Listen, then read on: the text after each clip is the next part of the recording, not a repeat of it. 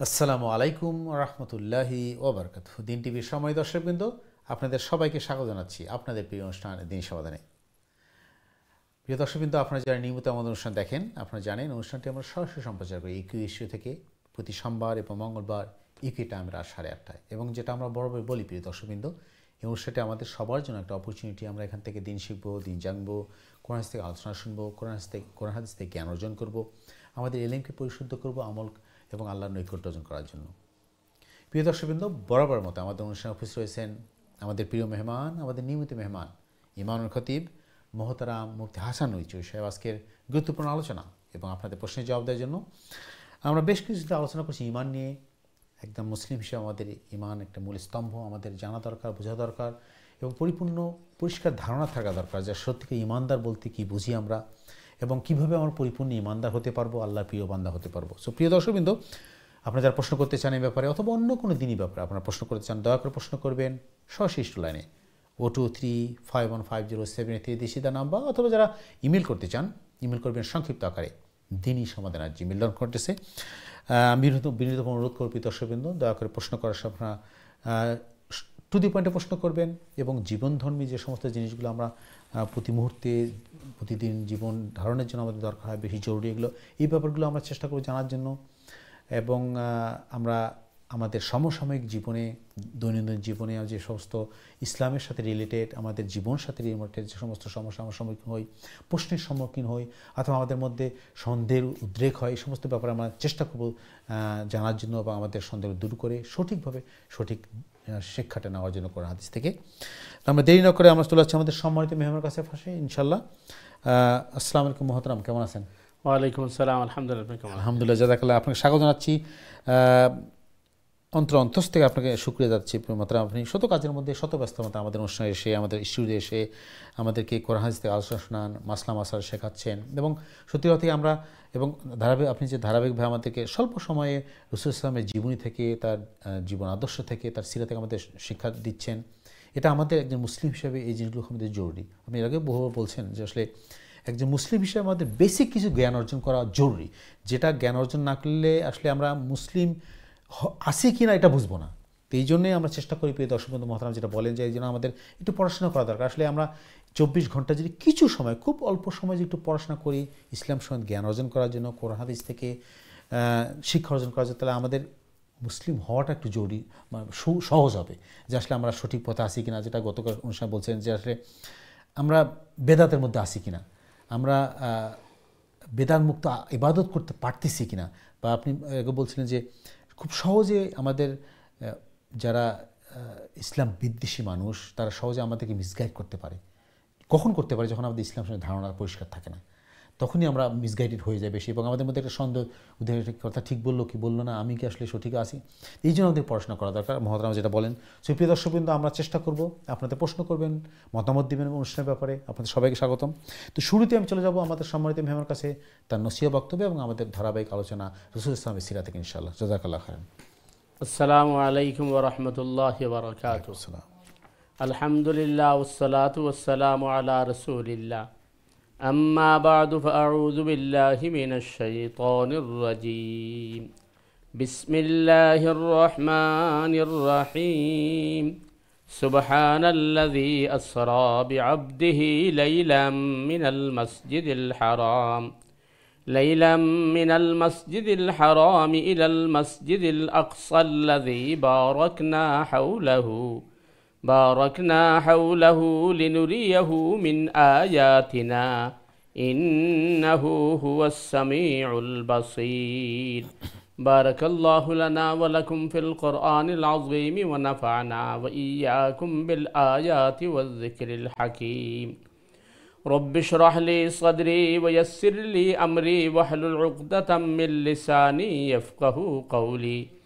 اللهم صل وسلم وبارك على نبينا محمد وعلى آله وأصحابه أجمعين. আলহামদুলিল্লাহ সুম্মা আলহামদুলিল্লাহ। সম্মানিত দিন টিভির দর্শক ভিউয়ার ভাই বোনেরা, আমরা আপনাদের প্রিয় প্রোগ্রাম দিন ই সমাধান শুরু করতে যাচ্ছি। আল্লাহ সুবহানাহু তাআলার কাছে আমরা তৌফিক কামনা করছি।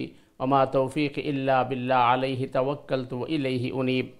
সম্মানিত দর্শক ভিউয়ার ভাই বোনেরা, মাস রবিউল আউয়াল অর্থাৎ রসুল করিম সাল্লাল্লাহু আলাইহি ওয়াসাল্লামের আগমনের মাস এবং বিদায়ের মাস।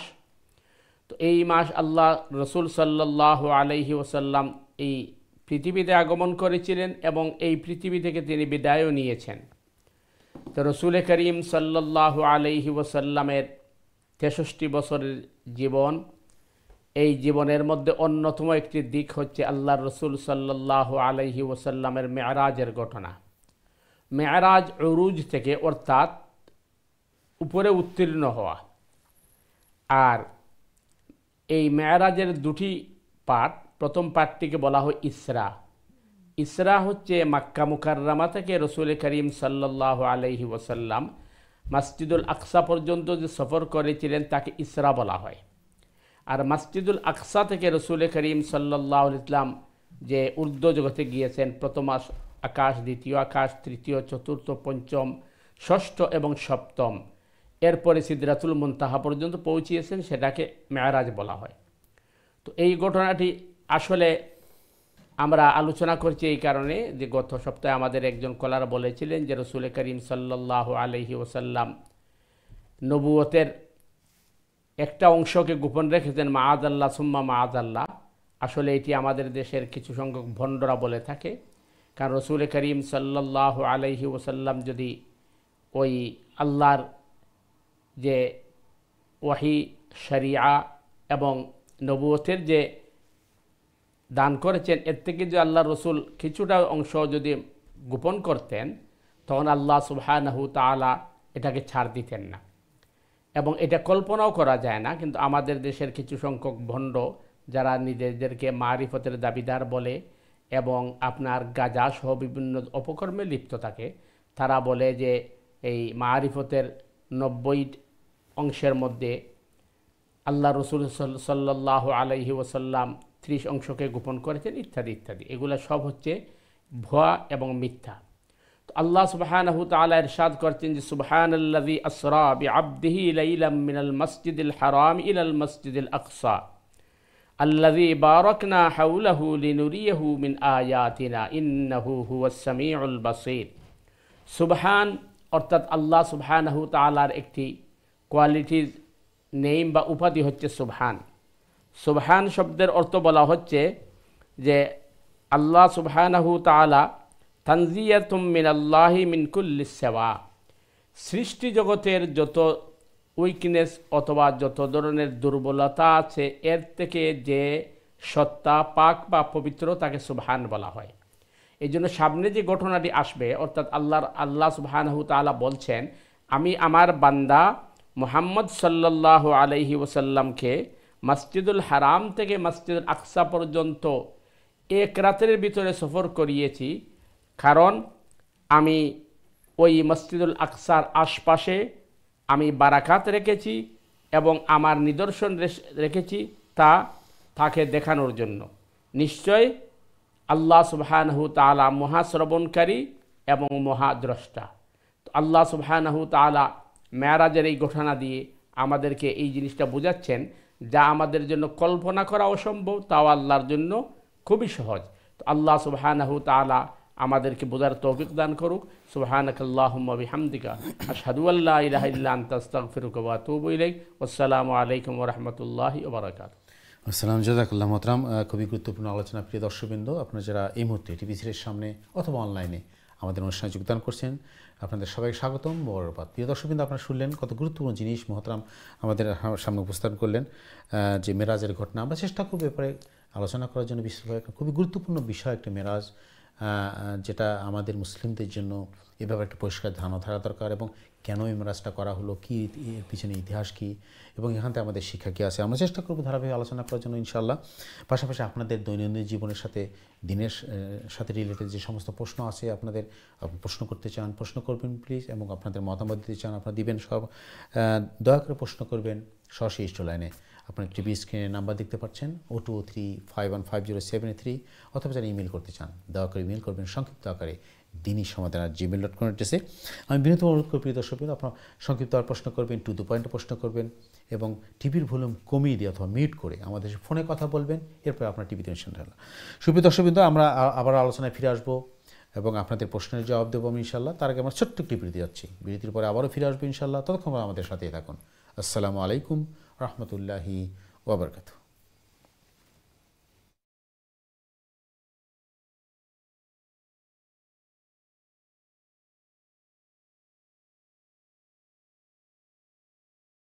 আসসালামু আলাইকুম রহমতুল্লাহি ওয়া বারাকাতুহু। দিন টিভির সময় দর্শকবৃন্দ, বিরতির পরে আবার আপনাদের স্বাগত জানাচ্ছি আপনাদের প্রিয় অনুষ্ঠান দিনী সমাধানে। প্রিয় দর্শকবৃন্দ, আমরা আলোচনা করছি ঈমান নিয়ে এবং আমাদের রাসূল পাক সাল্লাল্লাহু আলাইহি ওয়াসাল্লামের জীবনী থেকে, তার সিরা থেকে আলোচনা করছি, তার জীবন আদর্শ নিয়ে। সো আপনারা প্রশ্ন করতে চান এই ব্যাপারে প্রশ্ন করবেন, অথবা অন্য কোনো ব্যাপারে প্রশ্ন করতে চান, দয়া করে প্রশ্ন করবে সরাসরি লাইনে 02351507 দেশি দা নাম্বার, অথবা যারা ইমেল করতে চান দয়া করে ইমেল করবেন সংক্ষিপ্ত আকারে দিনই সমাধান @gmail.com এড্রেসে।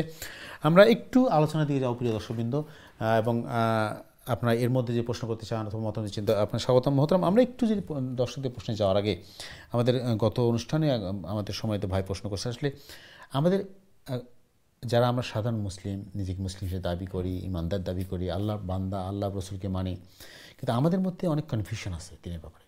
আমরা গত অনুষ্ঠানে আমাদের নিয়মিত যে ভাই প্রশ্ন করছিলেন যে আসলে আমাদের সমাজে যারা ইসলামের লিডার, যারা ইমাম আছেন, খতিব আছেন, মুহাদ্দিস আছেন, তারা অনেক আমাদের নসিহত দেন, বক্তব্য দেন।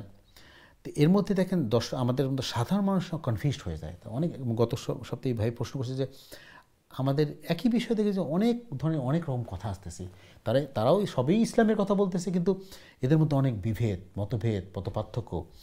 এটা কারণটা কি এবং আমাদের সাধারণ মুসলিম হিসেবে আমরা করবোটা কি, আমরা একটু আলোচনা করবো আমাদের দর্শকদের জন্য বা আমাদের নিজের জানার জন্য। একটু আমাদের ক্লিয়ার হওয়া দরকার আসলে মতভেদ কেন আসতেছে, কেন, এবং আমাদের করণীয়টা কি। তার আগে আমরা একটা প্রশ্ন নিয়ে আসি আমাদের সময় দর্শক। আপনাকে স্বাগত আমাদের অনুষ্ঠানে। আসসালামু আলাইকুম, আপনার প্রশ্ন করুন প্লিজ। আসসালামু আলাইকুম। ওয়ালাইকুম আসসালাম রহমতুল্লাহ। জি ভাই, কি প্রশ্ন বলেন? যে আমার একটা প্রশ্ন ছিল যে ব্যাংকের যে ইন্টারেস্টের পয়সা, এগুলা গরিব মিসকিনকে দেওয়া যায়নি, বা কোন খাতে এটা খরচ করতে হইব, আচ্ছা জানতে চাইছিলাম। আচ্ছা, সুন্দর প্রশ্ন করছেন। খুবই আত্মীয়স্বজনের মধ্যে যাদের গড়ি নাই বা কিছু বানাইতে চাই কিছু, তাদেরকে দেওয়া যায়। আত্মীয় স্বজন বা গরিব মিসকিন আপনি ইন্টারেস্ট টাকা দিতে পারবেন কিনা বা দিলে কিভাবে দিতে হবে, এই তো জানতে চাচ্ছেন। জি, বা কোন মাধ্যমে এটা খরচ করতে হইব। আচ্ছা ঠিক আছে, আচ্ছা ঠিক আছে, ক্লিয়ার ভাই প্রশ্ন আপনার। ধন্যবাদ প্রশ্ন করার জন্য। দয়া করে অনুষ্ঠান দেখতে থাকুন। আমার যাচ্ছি জাযাকাল্লাহ খাইরান। জি ভাই, আসলে দুইটা জিনিস। একটা জিনিস হইল যে ইন্টারেস্টের যে পয়সা, এটা তো সম্পূর্ণ হারাম। তো হারাম পয়সা অনেক ক্ষেত্রে কিন্তু আমরা অনিচ্ছা সত্ত্বেও আমরা কাছে আইয়া পৌঁছায়। বর্তমান যে সিস্টেমের কারণে আপনি ব্যাংকের মধ্যে টাকা রাখছেন, এই টাকাগুলা ইন্টারেস্টের পয়সা আপনার আমার অ্যাকাউন্টের মধ্যে। আর তো এখন যদি এই টাকাগুলা যদি আপনি মানে ইন্টারেস্টের পয়সা আনেন না, তখন এটা অন্য খাতে তারা ব্যয় করে নেব, আর ব্যয় করার কারণে আমি গুনাহগার হইব। কারণ কোরআনে কারীমের মাঝে কওয়া হয়েছে তাআবনু আলাল বিররি ওয়াত তাকওয়া ওয়ালা তাআবনু আলাল ইসমি ওয়াল উদওয়ান। তোমরা প্রত্যেকটা কল্যাণকর কাজে সহযোগিতা করো, অকল্যাণকর কাজে নয়। তো আপনি যদি আপনার ইন্টারেস্টের উঠাইয়া না আনেন, তাহলে ব্যাংক কর্তৃপক্ষ অনেক সময় তারা এটা ইউজ করিলায়, তখন আমারও জানতে আমি কিন্তু এটা ব্যবহার করছি না, কিন্তু গুনাহগার আমি হয়ে গেলাম, এখানে আমার সহযোগিতা পাওয়া যায়। এর কারণে বর্তমান সময়ে সমস্ত মুফতি এবং উলামায়ে কেরাম একমত যে ইন্টারেস্টের পয়সাটা উঠাই নিবা, আনার বাদে আপনি যেটা কইছেন গরিব মিসকিন দে, অথবা কেউ অসহায় মানুষের ঘর বানাইয়া দিলেই বা, অথবা রাস্তাঘাট ঠিক করে দিলেই বা, ইত্যাদি ইত্যাদি এই কাজে ব্যয় করবা। তবে আপনি সোয়াবের নিয়ত করতে পারতা নাই। এর মানে হইল এবাদতের লাগি তো নিয়ত শর্ত। যেহেতু এটা হারাম পয়সা, আপনি এমনি তারে দিলেই বা, দেওয়ার পরে তার যে অসুবিধা আছে, তোমার ঘর নাই ঘর বানাইলাও, অথবা তোমার মেয়ে বিবাহ দিতে পারে না বিবাহ দিলাও, অথবা তার যে প্রয়োজন আছে তার এমনি আপনি দান করে দিবা, সোয়াবের নিয়ত করতে পারতা না। এটাই হইল মানে সুন্দর এবং স্বচ্ছ পদ্ধতি। আশা করি ক্লিয়ার। মতলব একটা জিনিস সেটা যে জনকল্যাণমূলক যে কোনো কাজে করা, কিন্তু আমার ইন্টারেস্ট আমি মানে সব পাবো এই নিয়ত করা, যেহেতু এটা আমার হকে মানে কি বলে এটাকে হালাল পয়সা না, অবৈধ পয়সা ইনশাল্লাহ। সম্মানিত ভাই, আশা করি আপনার প্রশ্নের জবাব পেয়েছেন। খুবই সুন্দর এবং গুরুত্বপূর্ণ প্রশ্ন করছেন, ধন্যবাদ আপনাকে। চলে যাচ্ছে আমাদের পরবর্তী দর্শক আছে ইনশাল্লাহ। দেখি কে আছে লাইনে। সময় দর্শক, আসসালামু আলাইকুম, আপনার প্রশ্ন করুন প্লিজ। হ্যালো, আসসালামু আলাইকুম ভাইয়া, কেমন আছেন? ওয়ালাইকুম আসসালাম হাজি সাহেব, আপনি কেমন আছেন? আমি ভালো আছি। স্যারকে আমি সালাম দেই। স্যারকে আমি একটা জিনিস জিজ্ঞাইতাম জি বলেন। যে সূরা কাউসার যে সময় নাজিল হইছিল নবীজির কাছে, কাউসার নাজিল হইবার আগে নবীজির ছেলে সন্তান খালি মারা যাইত এবং দুশ্মন হলতে মক্কার কাফির হলতে হইতো নবীজির ছেলে সন্তান মারা যাইরো, নবীজি নির্বংশ মনে হয়। ওই সময় সূরা কাউসার নাজিল হইছিল। আমি ওখানটা কইতাম চাই স্যার, আফটার 1400 ইয়ার আর ঈসা নবী এসে চ্যালেঞ্জ করলা যে কুরআন মজিদ is a holy book from আল্লাহ, এবং এখন যদি ঈসা নবী দুনিয়ায় চাই মসজিদুল হেরাম শরীফ থেকে দুইজন 2 পারসন উইটনেস থাকতেইব। জি জি হাজি সাহেব, ধন্যবাদ আপনাকে আপনার সুন্দর একটা প্রশ্ন করার জন্য। আপনি জ্ঞানী মানুষ, সুন্দর সুন্দর আলোচনা করেন, ধন্যবাদ আপনাকে। চলে আসছে মহতারামের কাছে। জি মহতারাম। জি হাজি সাহেব, আসলে আপনার জ্ঞানগর্ব প্রশ্ন এবং আশা আপনার আল্লাহ আপনার সুস্থ রাখুকা। বিষয়টা হইল আপনার কথা অবশ্য সঠিক যে সূরা কাউসার নাজিল হইছে রাসূল করিম সাল্লাল্লাহু আলাইহি ওয়াসাল্লামের পুত্র সন্তান সাহেবজাদা যখন অপ্রাপ্ত বয়স্ক ইন্তেকাল করছিল, এবং এই সময় রাসূল করিম সাল্লাল্লাহু আলাইহি ওয়াসাল্লাম খুবই পেরেশান এবং খুবই দুঃখিত আসলা। কিন্তু যারা শত্রু তারা ভিন্ন ধরনের বক্তব্য দেওয়া শুরু করলো যে আল্লাহ রসুল নির্বংশ হয়ে গেছেন, মাআযাল্লাহ সুম্মা মাআযাল্লাহ।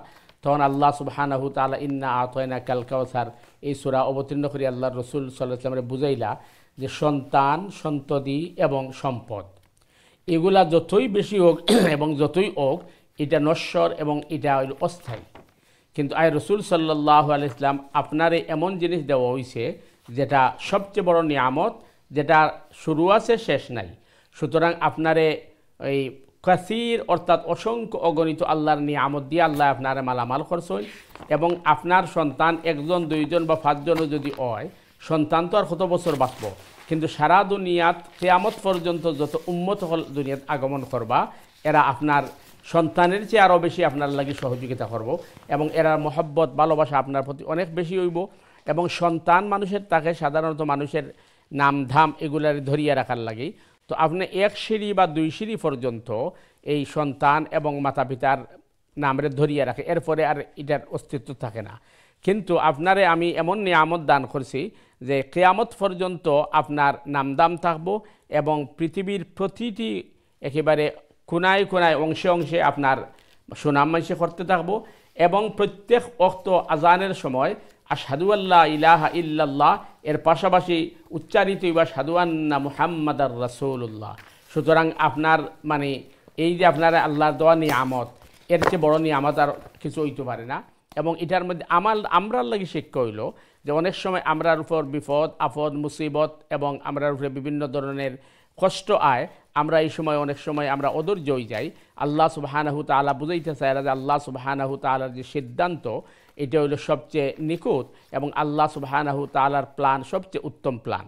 তো এইটার উপরে আমরা ধৈর্য ধারণ করতে পারি, এটা বুঝাইবার লাগে আল্লাহ সুবহানাহু তাআলা এই সূরা নাজিল করছেন। কারণ রাসূল করিম সাল্লাল্লাহু আলাইহি ওয়াসাল্লামের সাহেবজাদা অথবা সন্তানরা থাকলে ভালো হইতো না ভালো হইতো না, এটা আল্লাহ সুবহানাহু তাআলা ভালো জানেন। এর লাগি যেটা রসুলের লাগি কল্যাণকর এবং বান্দাহলের লাগি কল্যাণকর, উম্মতের লাগি কল্যাণকর, এই জিনিসগুলো দিয়ে আল্লাহ সুবহানাহু তাআলা রাসূল করিম সাল্লাল্লাহু আলাইহি ওয়াসাল্লামের মালামাল করছেন। তো আপনার এই সুন্দর প্রশ্নের লিয়ে আপনার ধন্যবাদ। জাযাকাল্লাহ গুরুত্বপূর্ণ আলোচনার জন্য মোহতারাম, এবং আমাদের সম্মানিত হাজী সাহেব আপনাকে ধন্যবাদ দিচ্ছি আপনার গুরুত্বপূর্ণ প্রশ্ন করার জন্য। সুপ্রিয় দর্শকবৃন্দ, আপনারা দেখছেন আপনাদের প্রিয় অনুষ্ঠান দিনই সমাধান। আপনারা জানেন অনুষ্ঠানটি আমরা সরাসরি সম্প্রচার করি। সহ যারা প্রশ্ন করতে চান দয়া করে প্রশ্ন করবেন সরাসরি স্টুডিওতে, টিভির ভলিউম কমিয়ে দিয়ে অথবা মিট করে। আমরা আলোচনা করছি ইমান নিয়ে এবং আমাদের রাসূল সাল্লাল্লাহু আলাইহি ওয়াসাল্লামের জীবন আদর্শ থেকে। এ ব্যাপারে প্রশ্ন অন্য কোনো জিনিস ব্যাপারে প্রশ্ন করতে চান দয়া করে প্রশ্ন করবেন, আমরা চেষ্টা করবো আপনার প্রশ্নের জবাব দিতে। মোহতারাম, যেটা আলোচনা আমরা ছিলাম ইনশাআল্লাহ আমাদের। হ্যালো, আসসালামু আলাইকুম। আসসালামু আলাইকুম। জি সম্মানিত দর্শক, আপনার প্রশ্ন করুন প্লিজ। ওকে, আমি 2টা প্রশ্ন করতাম চাইলাম। আচ্ছা জি বলেন। একটা প্রশ্ন হইল আমার যে ঘর থাকি বাসা থাকি কতটুকু দূর হয়ে গেলে কসর নামাজ পড়া লাগে, আর কসর নামাজ কিভাবে পড়তে হয়? আচ্ছা বলেন। আর একটা হলো যদি উমরাত গেলে কসর নামাজ পড়া লাগেনি, কারণ যেহেতু বিদেশ তো অনেক দূর হয়। আচ্ছা ওটা একটু বুঝাইয়া কই। আচ্ছা, সুন্দর সুন্দর প্রশ্ন করছেন ভাই, ধন্যবাদ আপনার 2টা প্রশ্ন করার জন্য। মোহতারাম, কসর নামাজ কখন থেকে আপনার পড়তে হবে এবং কীভাবে পড়তে হবে?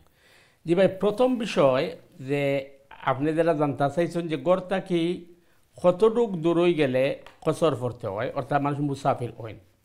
প্রথম বিষয় হইল যে গড় থাকি নাই আপনি যে এরিয়াত বসবাস করা ও এরিয়াটা ক্রস করার বাদে আপনি মুসাফির। এখন এরিয়া বুঝবা কীভাবে, অর্থাৎ আপনি যে কাউন্সিলও থাকরা, আমরা যদি টাওয়ার হামলেটও থাকি তাহলে টাওয়ার হামলেট ক্রস করিলেই আমার মুসাফির শুরু।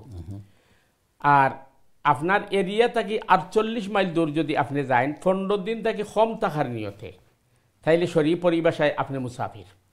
আর মুসাফিরের লাগি আপনি যদি একা নমাজ পড়েন অথবা যদি আপনি মুসাফির ইমামের পিছনে নমাজ পড়েন, তাইলে প্রত্যেক ফরজ নমাজ 2 রাকাত পড়াইব।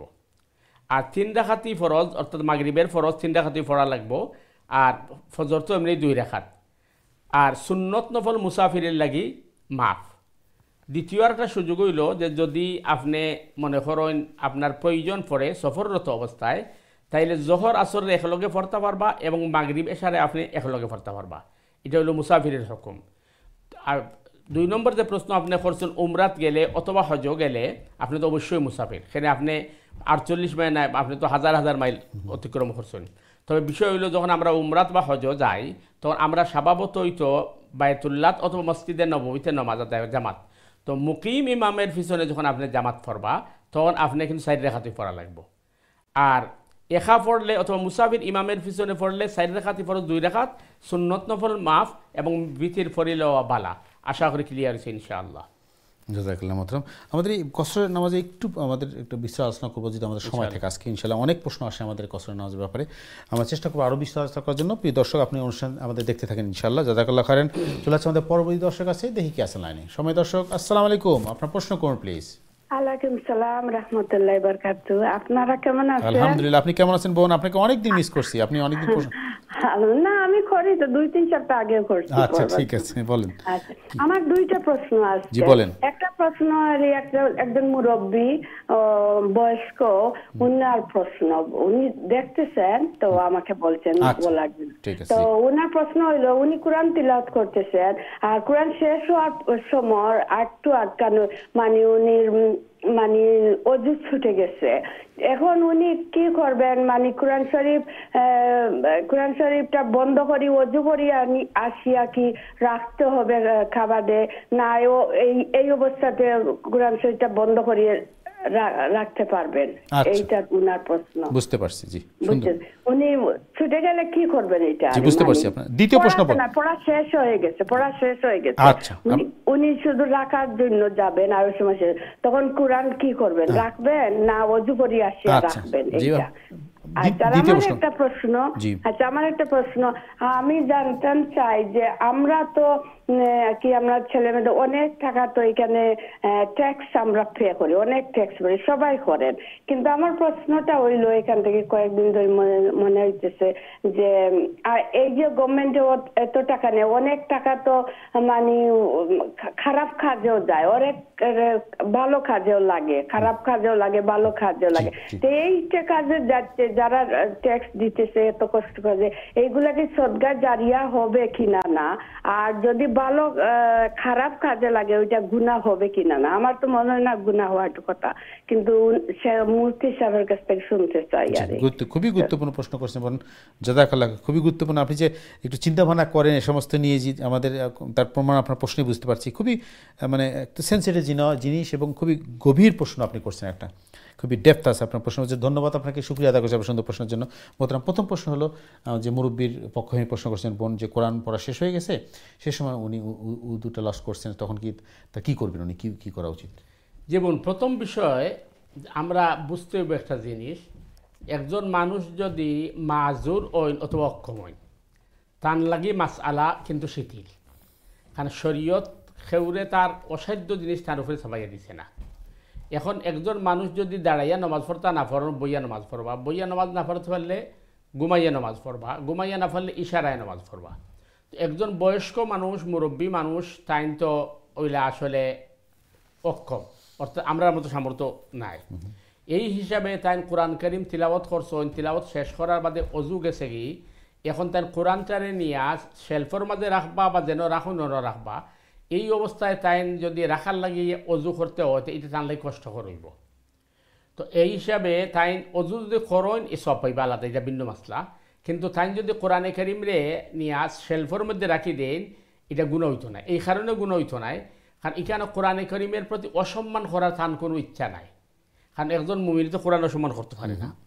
আর তাই এটারে কোরআনে থইবানে সম্মান করিয়া কিন্তু অজু গেছে কি মুরব্বী হিসেবে অজু করা কষ্ট, তাই এমনি রাখিতে পারবা, গুণ হইতো না। এখানে কোরআনে কারিমের মাঝে কোয়া হয়েছে ওয়ালকাল আলওয়াহা ইয়াখুযু বিরাসি আখি ইয়াজুররুহু ইলাই।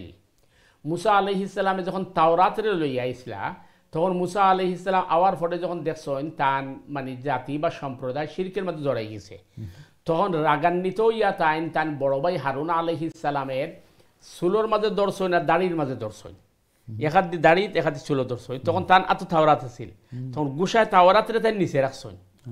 তাওরাত তো আল্লাহর কিতাব, নিচে যে রাখছেন এটা কিন্তু অসম্মানে করিয়া নাই। মুসা আলাইহিস সালামে যখন বুঝছরে কথা যে আমি গেছি শরীয়ত আনবার লাগি আর ইনো শিরিক শুরু হয়েছে, তখন মুসা আলাইহিস সালাম গুসার কারণে তাওরাতরে নিচে রাখছেন, এটা কিন্তু রাখছেন তাই কিন্তু সেই ভরার লাগি ওই অসম্মানী লাগি নাই। তো এই হিসাবে যদি মানে মুরব্বী এই মহিলা কোরআন দিয়ে এমনি নিয়ে তো রাখুন শেলফের মাঝে, গুণ হইতো না ইনশাআল্লাহ। তো অজু যদি করার সুযোগ থাকে বা সামর্থ্য থাকে করবা, এটা আলাদা, অজুর সবই আলাদা, এটা ভিন্ন মাসলা। কিন্তু ইলা তৈলে গুণ হইতো না ইনশাআল্লাহ।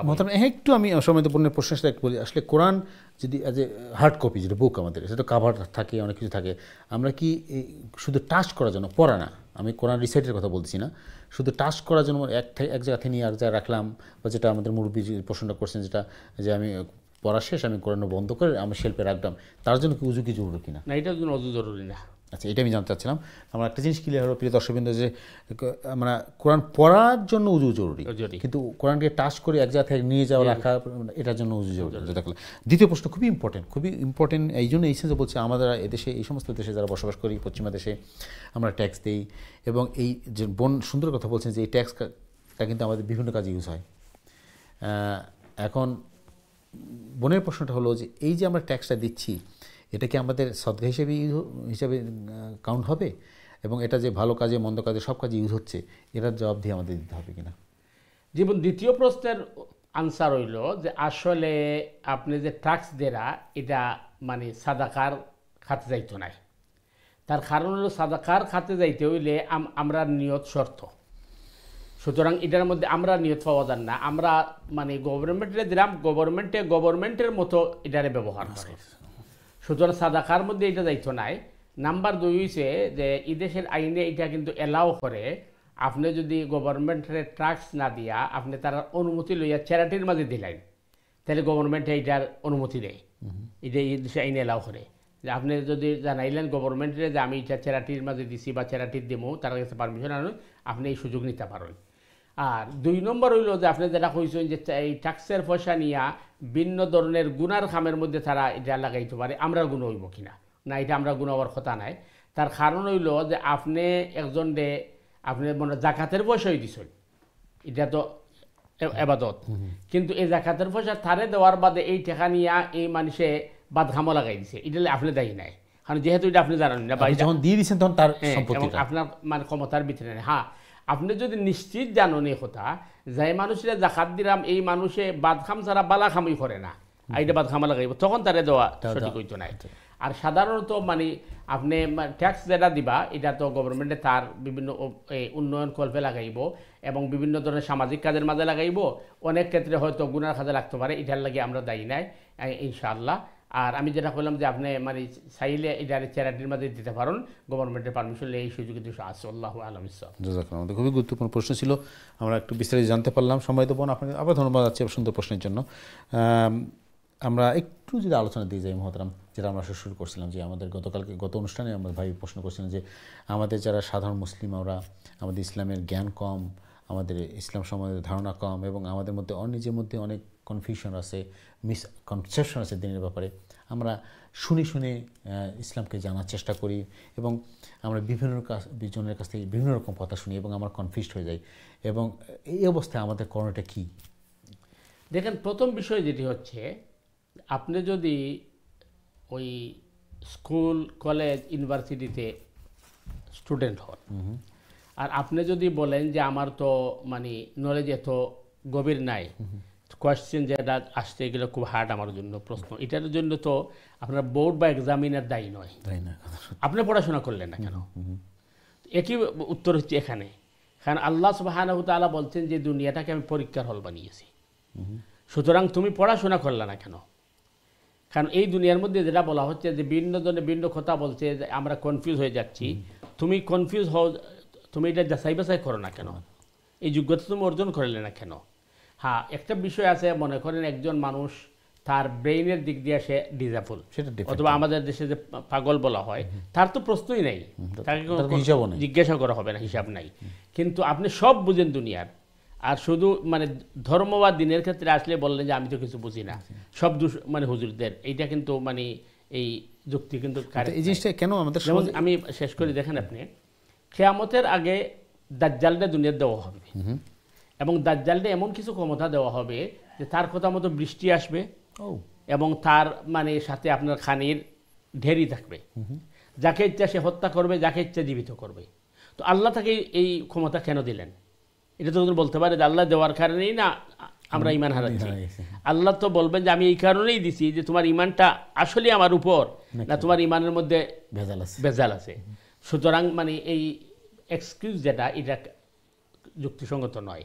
আমাদেরকে পড়াশোনা করতে হবে এবং সঠিক মানে আপনার জায়গাতে আমরা কি করতে হবে, জানার চেষ্টা করতে হবে। এটি হচ্ছে মূল বিষয়। মানে এই জিনিসটাকে আমাদের সমাজে আমরা বহু, আমি এই জিনিসটা অনেকের কাছে শুনছি, অনেকে বলে যে এই ব্যাপারে অনেক এক হুজুর এক কথা বলে, এক মৌলানা এক কথা বলে, আমরা কী করবো, কোনটা করবো কোনটা। কিন্তু আসলে এটা আসলে দোষটা তো তাদের না, দোষটা আমাদের, যে কেন আমরা এই জিনিসটার সম্বন্ধে আমাদের অর্জন করতেছি না কেন? কারণ কোরআনে বলে দিয়েছে ইয়া আইয়ুহাল্লাযীনা আমানু আতিউল্লাহ ওয়া আতিউর রাসূল, যে তোমরা আল্লাহকে অনুসরণ করো, আল্লাহর রাসূলকে অনুসরণ করো। তো ওই জায়গার মধ্যে আল্লাহ একটা বলছেন, রাসূল তো একটা বলেন নাই, ওইখানে তো ঝামেলা নাই, ঝামেলা আসছে পরে। আল্লাহ বলছেন ওয়া উলিল আমরি মিনকুম, তোমরা তোমাদের নেতৃস্থানীয় ব্যক্তিদেরকে তোমরা ফলো করো। কিন্তু ওইখানে আল্লাহ শর্ত লাগিয়ে দিচ্ছেন ফাইন তানাজাতুম ফি শাইইন ফারুদ্দুহু ইলাল্লাহি ওয়ার রাসূল। নেতৃস্থান উনি আলেম হন, মুফতি হন, অথবা মুহাদ্দিস হন, অথবা সমাজের লিডার হন, উনার সাথে যখন তোমাদের কি হবে, ওই বৈরিতা দেখা দিবে, আপনার সন্দেহ আসবে, তাহলে তোমাদের দায়িত্ব কি? তোমরা ফিরে যাও আল্লাহ এবং আল্লাহ রসুলের কাছে, অর্থাৎ কোরআন দেখো এবং রসুলের সুন্নাহ দেখো। সুতরাং আপনি এক এক হুজুর একটা বলছেন, এটা করলে পার পাবেন না। আল্লাহ বলবেন আমি তো হুজুরকে দলিল বানাইতে বলি নাই, তোমার কাছে তো আমার কিতাব প্রেরণ করেছিলাম, আমার রসুলের আদর্শ বা মডেল আছে, তুমি ওইটা দেখলে না কেন? এই জন্য উলিল আমরি, এরপর আল্লাহ বলছেন ফাইন তানাজাতুম ফি ফারুদ্দু ইলাল্লাহি ওয়ার রাসূল, যখন তোমার সন্দেহ হবে তখন আল্লাহ আল্লাহ রসুলের কাছে যাও। মানে জিনিসটা আমাদের গাইডলাইন দেওয়াই আছে অবশ্যই। জি, তো আসলে এই জিনিসটা খুবই একটু সেন্সিটিভ মহতরাম, এই জন্য যে আমাদের আসলে আমাদের সমাজের আমরা তো ইসলামকে আসলে শুনে শুনে শেখা, এটাই সমস্যাটা এখানে। এই শুনে শেখার জন্য হচ্ছে কি আমরা এক একজন এক শুনছি, এক কথা শুনতেছি, আমরা নিজেরাই কনফিউজ হচ্ছি। এবং ইসলামের ব্যাপারে বা আপনার ওই শরীয়তের ব্যাপারে আমরা এত সিরিয়াস নয়, দুনিয়ার ব্যাপারে যত মানে আমি গত অনুষ্ঠানে বোধহয় এটা বলছিলাম সম্ভবত, যে দুনিয়াবি কাজে আমরা যতটুকু সেন্সিয়ার, যত গুরুত্ব দিই, কিন্তু আমাদের মেইন যে ঠিকানা আমাদের যেখানে আমরা কোনো কনসার্নই নাই। যেমন মনে করেন, আমি আর আগেও আরেকদিন বলছি এবং আমরা কয়েকটা প্রোগ্রামে বলছি, আপনি দেখবেন যে মুসলিম দেশগুলার আপনি যদি এয়ারলাইন্সে জার্নি করেন, ওইখানে দেখবেন টয়লেট আছে, কিচেন আছে, সব কিছু আছে, কিন্তু নামাজের জায়গা নেই। তাহলে বোঝা গেল আমাদের কাছে মানে ধর্মটা তেমন গুরুত্ব নয়। আমরা আসবো ফিরে আরও চেষ্টা করবো তারা একটা আলোচনার জন্য। এই ব্যাপারে আমাদের করণীয়টা কী, আমরা কী করা উচিত, কীভাবে আমাদের ইমানকে আমরা বাঁচাবো, আমাদের মুসলমানকে আমরা ধরে রাখতে পারবো, আলোচনা করবো। প্রিয় দর্শকবৃন্দ, আপনারা অংশগ্রহণ করবে, আপনাদের প্রশ্ন করে মতামত ইনশাআল্লাহ। তার আগে চলে যাচ্ছে আমাদের সম্মানিত দর্শক আছে, দেখি কে আছেন লাইনে। সম্মানিত দর্শক, আসসালামু আলাইকুম, আপনার প্রশ্ন করুন প্লিজ। ওয়ালাইকুম সালাম। আসসালামু আলাইকুম। ওয়ালাইকুম সালাম। জি ভাই, কি প্রশ্ন বলেন? আচ্ছা, এই মুফতি সাহেব একটু আগে কইছেন যে সফর রওনা দিলে যে সময়ের সংকীর্ণতার কারণে দুই ওয়াক্ত নামাজ একসাথে পড়া যায়, যেমন জোহর আসর অথবা মাগরিব এশা একসাথে পড়া যায়। জি। তখন আমার প্রশ্ন হইল যে মনে জোহর আসর আমি একলগে পড়লাম, তখন আসরের ওয়াক্ত হইল না, যে আমি যদি পড়ি দিতে জোহরের সাথে আবার নামাজ হইব না। আচ্ছা, খুবই গুরুত্বপূর্ণ প্রশ্ন করছে ভাই। জি। দুই নম্বর প্রশ্ন হইল যে আসর আর মাগরিব একলগে পড়া যাইব যদি আমি মুফতি সাহেবের কথাও আমি অনুসরণ করি, যে মনে করো আমি আসর করলাম, আসর করিয়া মগরিব না ওয়াক্ত হইল না, আমি আগে পড়িলাম মগরিব, ওই এরকম হইব না। আচ্ছা ঠিক আছে, গুরুত্বপূর্ণ, এই দুইটা প্রশ্ন আর কি। খুবই গুরুত্বপূর্ণ প্রশ্ন করছেন এবং আপনার প্রশ্ন আমরা বুঝতে পারছি, আপনি দয়া করে অনুষ্ঠান দেখতে মহতারাম। প্রথম প্রশ্ন হলো যে আমরা জোহর আসর যে পড়বো একসাথে পড়বো, আসর টাইম তো হয়নি, কীভাবে পড়বো, হবে কিনা? নাম্বার 2, আসর মাগরিব একসাথে পড়া যাবে কিনা? জি ভাই, প্রথম বিষয় যে এই বক্তব্যটা আমার নাই, এটা রসুল করিম সাল্লাল্লাহু আলাইহি ওয়াসাল্লামের বক্তব্য। সহিহ মুসলিমের মধ্যে প্রায় 7টা হাদিস আছে পাশাপাশি যে মুসাফিরের লাগি আপনি এই এটা দেখো জামা বাইনের সালাতাইন, অর্থাৎ 2 নমাজের এক করা যায়, কম্বাইন্ড করা যায়। এই 2 নমাজ বলতে জোহর আসরের এক করা আর মাগরিব এশার এক করা, এছাড়া আর কোনো সুযোগ নাই। আসর মাগরিবের এক করতে পারতা নাই, এশা ফজর এক করতে পারতা নাই, ফজর জোহরের এক করতে পারতা নাই। বিষয়টা হইল যে আপনি জোহর আসরের এক করবা আর মাগরিব এশারে এক করবা, এটা হইল মানে হাদিসের পরিভাষা এবং রাসূল সাল্লাল্লাহু আলাইহি ওয়াসাল্লামের আমল। 2 নম্বর বিষয় হইল যেটা আপনি কইছেন যে আমি যদি জোহরের লগে আসর পড়ি তাইলে আসরের তো অক্ত হইছে না, তো আসরের যেহেতু অক্ত হইছে না তাইলে আমার নমাজ হইব কিনা। তো আমি আপনারে মানে বিনয়ের সাথে প্রশ্ন করি, আরফার দিন আরফার ময়দানও ইমাম সাহেব যে আপনার ইমামতি করুন 12:30টার সময় আজান দিয়া জোহরের সাথে আসর পড়েন, জোহরের 2 রাকাত আসরের 2 রাকাত পড়ার পরে এরপরে ইমাম সাহেব কন্টিনিউ মাগরিব পর্যন্ত খুতবা দিতে থাকেন। মাগরিবের ওয়াক্ত ওয়ার বাদে আপনি মাগরিবের নমাজ না পড়িয়ে আপনারা মুজদলিফা যেতে হইব এবং মুজদলিফাত যখন আপনি গিয়ে পৌঁছবা রাত্রে 10টা হোক 11টা হোক রাত 2টা হোক হনো গিয়ে আপনি মাগরিবের সাথে এখানে করবা। তো এই আরফার ময়দানের মাঝে 12:30টার সময় আজান দিয়ে যে আসর পড়া হইল জোহরের লগে, এটা হইল কীভাবে? যারা এই প্রশ্ন করেন তারা মানে এই জিনিসটা বোঝা দরকার, কারণ আসল বিষয় হইল যে কোন সময় কোন এটা কোরআন থেকে জানতে হইব এবং ইসলাম জানতে হইব রসুল সাল্লাল্লাহু আলাইহি ওয়াসাল্লাম থেকে। রসুল করিম সাল্লাল্লাহু আলাইহি ওয়াসাল্লাম যেভাবে ইসলাম শিখাইছেন এটার নাম হইল ইসলাম, আমি যেভাবে বুঝছি এটার নাম ইসলাম নাই। উদাহরণস্বরূপ আল্লাহ ছাড়া কেউরে সজদা দেওয়া শিরিক, কিন্তু আল্লাহ ফিরিস্তা করলে হুকুম দিচ্ছেন আদমরে সজদা দিবার লাগে, তাইলে আদমরে সজদা দেওয়া ফিরিস্তা করলে লাগে ইবাদত আছিল, কারণ এটা আল্লাহর হুকুম। তো যুক্তি এবং বুদ্ধি দিয়া ইসলাম রে হয় না, ইসলাম হয় আল্লাহর হুকুম রসুলের তরিকার নাম। আর 2 নম্বর বিষয় হয়েছে যে জামা বাইনা সালাতাইনের ব্যাপারে, অর্থাৎ 2 নমাজের এক করার ব্যাপারে রসুল সাল্লাল্লাহু আলাইহি ওয়াসাল্লামের আমল আছে এবং হাদিস আছে, এবং এই ক্ষেত্রে কীভাবে করবা এই ক্ষেত্রে 2টা মত পাওয়া যায়। একটা হইল যে আপনি জোহরের সাথে আসর পড়বা অথবা আসরের সাথে জোহর পড়বা, মানে আসরের আগে জোহরের সাথে পড়তে পারবা অথবা জোহরের ডিলে করিয়া আসরের সাথে পড়তে পারবা। ঠিক একইভাবে মাগরিবের সাথে এশা পড়তে পারবা অথবা মাগরিবের ডিলে করিয়া এশা লগে পড়বা। কিন্তু ইমাম আবু হানিফা রহমতুল্লাহ আলাইহি দ্বিতীয় মতের সাথে একমত, অর্থাৎ আপনি শেষ অক্তের সাথে মিলাইয়া প্রথম অক্তরে পড়বা, অর্থাৎ জোহরের শেষ অক্ত গিয়া আপনি জোহর আসরের একলগে পড়বা আর মাগরিবের শেষ অক্ত গিয়া মাগরিবের সাথে একলগে পড়বা। এটা আবু হানিফা রহমতুল্লাহ আলাইহির তার অপিনিয়ন। এখন প্রশ্ন হইল যে আপনি যারা প্রশ্ন করছেন যে আসর মাগরিবের একসাথে পড়া যাইব না, এটা পড়া যাইত না। এখানে এই যে জামা বাইনা সালাতাইন বা কম্বাইন্ড সালার যে সিস্টেম, এটা হাদিসের মাঝে আছে এবং এই ইমাম ফখরুদ্দিন রাজি রহমতুল্লাহ আলাইহি তার তাফসিরে কাবীরের মধ্যে সূরা বানি ইসরাঈলের আকিমিস সালাতা লিদুলুকিশ শামসি ইলা গাসাকিল লাইলি ওয়া কুরআন আল ফাজর ইন্না কুরআন আল ফাজরি কানা মাশহুদা, এই আয়াতের তাফসিরও তাই লেখছেন যে আল্লাহ করা নামাজের প্রতিষ্ঠা করো দুলুকি শামস আর গাসাকিল লাইল এবং ফজরে। তাইলে এই আয়াতের মাঝে 3টা ওয়াক্ত পাওয়া গেছে, একটা হইল দুলুকি শামস, আর একটা গাসাকিল লাইল, আর একটা হইল ফজর। তা ইমাম ফখরুদ্দিন রাজি রহমতুল্লাহ লেখছেন কথা যে দুলুকি শামসের মাঝে 2 ওয়াক্ত জোহর আর আসর পাওয়া যায়।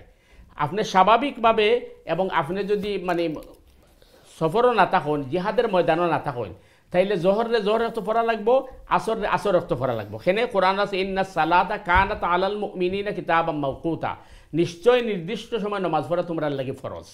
ঠিক একইভাবে মাগরিবের সময় মাগরিব পড়া লাগবো আর এশার সময় এশা পড়া লাগবো। আর যেহেতু মুসাফির এবং জিহাদের ময়দানও মানুষ স্বাভাবিকতা থাকে না, এর কারণে হয়েছে যে দুলুকি শামসের 2 নমাজরে প্রয়োজনে থাকি এক করা যাইব আর গাসাকিল লাইলের 2 নমাজরে আপনি এক করা যাইব। কিন্তু যেহেতু কোরআনে করিমে একথা হয়েছে যে দুলুকি শামস এবং গাসাকিল লাইল আর কোরআন আল ফজর, ফজরে আলাদা করে দিছে, সুতরাং ফজরে কোনোটার সাথে মিলানি যাইতো নাই, এটা পৃথক থাকবো। আর একইভাবে যেহেতু দুলুকি শামসের মাঝে 2 নামাজ পাওয়া যায় জোহর আসর, আর গাছাকের লাইলের মাঝে 2 নামাজ পাওয়া যায় মাগরিব এশা, প্রয়োজনের তাকিদে ওই 2 নামাজে আল্লাহ রসুল একত্রিত করছেন। আর এটা আমরা আরফার ময়দানও দেখছি যে আরফার ময়দানও মানে যুগ যুগ ধরে আমল চলে আইছে, জোহর আসর এখানে করিয়ে পড়া হয় আর এরপরে মাগরিব এশার এখানে করিয়ে পড়া হয়। আশা করি ভাই ক্লিয়ার হয়েছে, এরপরেও কনফিউজ থাকলে আপনি আবার দিবা, আমরা চেষ্টা করবো আরও ক্লিয়ার করার। সময় তো ভাই আপনার সুন্দর প্রশ্নের ধন্যবাদ এবং বিস্তারিত আলোচনা আমাদের মহতারাম করলেন, আশা করি ক্লিয়ার হয়েছে এবং আমরা জানতে পারলাম এ ব্যাপারে অনেক কিছু। আসলে যেটা আমরা বড় বড় প্রিয় দর্শকবৃন্দ, অনুষ্ঠানটা আমাদের সবার জন্য একটা অপরচুনিটি। আমরা আপনার প্রশ্ন করেন, মতামত দেন বলে আমরাও শিখতে পাচ্ছি, আমরা জানতে পারছি, এটা একটা আমাদের অপরচুনিটি। আমরা চেষ্টা করবো অপরচুনিটি কাজে লাগার জন্য ইনশাআল্লাহ। জাযাকাল্লাহ খাইরান। চলে যাচ্ছে আমাদের পরবর্তী দর্শক আছেন ইনশাআল্লাহ, দেখি ক্যাসা লাইনে। সম্মানিত দর্শক আসসালামু আলাইকুম, আপনার প্রশ্ন করুন প্লিজ। হ্যালো, আসসালামু আলাইকুম ভাইয়া, আমি আরেকবার আসলাম, স্যারকে একটা প্রশ্ন রাখতাম পারি? জি প্লিজ বলেন হাজি সাহেব, বলেন কুইকলি। আমার প্রশ্ন হলো, স্যারের জল্লাদ লইয়া কইতাছেন দাজ্জাল আইব ঈসা নবী আইলে, আমি আপনারে কই দাজ্জালে কইব হে আল্লাহ, আমি আপনারে কই কি লইল হে আল্লাহ কইব, হে কইব কুরআন অর্ডিনারি বুক। 1993 আমি বাংলাদেশক ইসলাম এপ্রি বাসও লেখা সালমান রুশদির ফাঁসি চাই, সালমান রুশদির ফাঁসি চাই, সে স্যাটানিক ভার্সেস বাগুইরা কুরআন দে কইছিল অর্ডিনারি বুক। ইরানের আয়াতুল্লাহ খোমেনি 21 মিলিয়ন তার মাথাত রাখতেন। আমি ওহির মাধ্যমে জানি আল্লাহ ফেরেশতা কইছে হে দাজ্জাল, আমি পাকিস্তানও কইছি, কুইন্ডও কইয়া রাখছি। আসসালামু আলাইকুম। জি জি হাজি সাহেব, ধন্যবাদ আপনার আবার প্রশ্ন করার জন্য। জি মহতারাম। জি হাজি সাহেব, আসলে মানে আপনার সুন্দর মতামতের লেগে আপনার ধন্যবাদ। তো বিষয়টা হইল যে এই আপনি যে আলোচনাগুলো করছেন খুবই গুরুত্বপূর্ণ, যে কোরআনে করিম আল্লাহ সুবহানাহু তাআলার কিতাব, এটার মাঝে সন্দেহের কোনো অবকাশ নাই। কারণ কোরআনে নিজেই হয়েছে যালিকাল কিতাবুল লা রাইবা ফি, যে এই কিতাবের মধ্যে সন্দেহের কোনো অবকাশ নাই। এখন আপনি স্যাটানিক ভার্সেস হোক আর যত জাতেরই আপনার বুক লেখা হোক, এটা বহুত চেষ্টা করা হয়েছে, কিন্তু কোরআন অবতীর্ণ হওয়ার পর থেকে এখন পর্যন্ত এবং কিয়ামত পর্যন্ত কেউ কোরআনে ভুল প্রমাণিত করতে পারছে না এবং পারতো না ইনশাআল্লাহ। আল্লাহ সুবহানাহু তাআলা আমরারে ভালো করে দিন বুঝে আমল করার তৌফিক দান করুক। আপনার সুন্দর মতামতের ধন্যবাদ। আমরা হাজি সাহেবের প্রশ্নটা একটা, আমরা যেটা আলোচনা প্রথমে করছিলাম মাত্র, আসলে আমাদের প্রশ্ন সমস্যাটা কোথায় শুরু হয় জানেন? সমস্যা শুরু হয় যেহেতু আমাদের ইসলামের ধারণা কম, জ্ঞান কম। আচ্ছা, কোরআন হাদিসের জ্ঞানটা যদি আমাদের ক্লিয়ার থাকতো তাহলে আমাদেরকে মিসগাইড করা এত সহজ হতো না। মনে করেন যে এই জিনিস সম্বন্ধে আমার ধারণা কম, আমরা কেন এত ওই যে আমাদের সমাজে আমরা জাদুটোনা বা এই যে কী বলে আপনাকে তাবিজ কবে কেন বিশ্বাস করি? কারণ আমাদের ইসলাম সম্বন্ধে ধারণাটা খুব কম, অল্পতে আমরা মিসগাইড হয়ে যাই এবং আমাদের কোনো বিপদ হলে মনে করি যে হ্যাঁ আমাদের কী করলো কি না, কী করলো কি। যেহেতু আল্লাহর উপরে আমাদের যে তাওয়াক্কুল থাকা দরকার, যে আল্লাহ ছাড়া কেউ কিছু করতে পারবে না, ক্ষতি করতে পারবে না, এবং কোরআন হাদিসে যদি আমাদের একটু ধারণা ক্লিয়ার থাকে তাহলে কিন্তু এই যে সাইড টকিং যেটা হয়, মানুষ যেটা আমাকে প্ররোচনা করে, শয়তান যে প্ররোচনা করে। দেখেন, প্রথমে আপনি কিন্তু খুব গুরুত্বপূর্ণ একটা কথা বলছিলেন যে হাদিসের মধ্যে আসছে কুল্লু বিদআতিন দালালা, কুল্লু দালালাতিন ফিন্নার। বেদাত মানি হচ্ছে পথভ্রষ্টতা, আর পথভ্রষ্টতার ঠিকানা হয়েছে জাহান্নাম। আর বেদাতের কারণেই কিন্তু দিন বা ধর্ম নষ্ট হয়। আপনি দেখবেন যে ম্যাক্সিমাম ধর্মগুলার প্রতি মানুষের অনীহা কি জন্য আইছে, ওইটার মধ্যে বেদাত ঢুকে গেছে। কারণ বেদাতটা মানুষের তৈরি হয়, ওইটার মধ্যে আপনার যুক্তি থাকে না, ওইটার মধ্যে আপনার ওই সায়েন্সের যে সিস্টেম এগুলো থাকে না, তখন এটা ভুল প্রমাণিত হয়ে যায়। তো আপনি দেখেন যে মনে করেন ওই যে হাজি সাহেব যেটা বলছেন স্যাটানিক ভার্সেস শব্দের অর্থই হচ্ছে আপনার শয়তানের প্রলাপ। এটা কি জন্য সে লেখছে? এমন কিছু দুর্বল হাদিস, জাল হাদিস, মৌজু হাদিস তৈরি করা হয়েছে, ওইগুলা তাকে সে দলিল বাহির করে ফেলছে, বুঝছেন? তো এই জন্য মানে ইসলামরে আপনি নির্ভেজাল রাখতে হবে কোরআন এবং সুন্নাহর ভিতরে। এর বাহিরে কোনো ধরনের মানে আমার ব্যক্তিগত অপিনিয়ন অথবা কোনো দলের অপিনিয়ন অথবা নিজের যুক্তি তর্ক ঢুকাই দিলে এইখানের মধ্যে দুর্বলতা তৈরি হয়, আর ওইখান থেকে শত্রুরা কিন্তু শয়তানি সুযোগটা নিয়ে নেয়। অবশ্যই। আমরা ফিরার আলোচনা, প্রিয় দর্শক বিন্দু, আপনারা অংশগ্রহণ করবে। আপনার খুবই গুরুত্বপূর্ণ আলোচনা আমরা করছি আমাদের নিজের বোঝার জন্য এবং আমাদের ইমান এবং আমাদের যে আমরা মুসলিম হিসাবে যে পরিচয় দেবো, আমাদের ইমানকে ধরে রাখবো কীভাবে, এইভাবে আমাদের যে ধারণা ক্লিয়ার থাকা দরকার একজন মুসলিম হিসাবে, ইসলাম সম্বন্ধে ধারণা আমাদের ক্লিয়ার থাকা দরকার, এটা আলোচনা করতেছি আমরা। আপনারা অংশগ্রহণ করবো ইনশাল্লাহ। তার আগে আমরা ছোট্ট একটি বিরতি যাচ্ছি, বিরতির পর আবারও ফিরে আসবো ইনশাল্লাহ। ততক্ষণ পর্যন্ত আমাদের সাথে থাকুন। আসসালামু আলাইকুম রহমতুল্লাহি ওয়া বারাকাতুহু।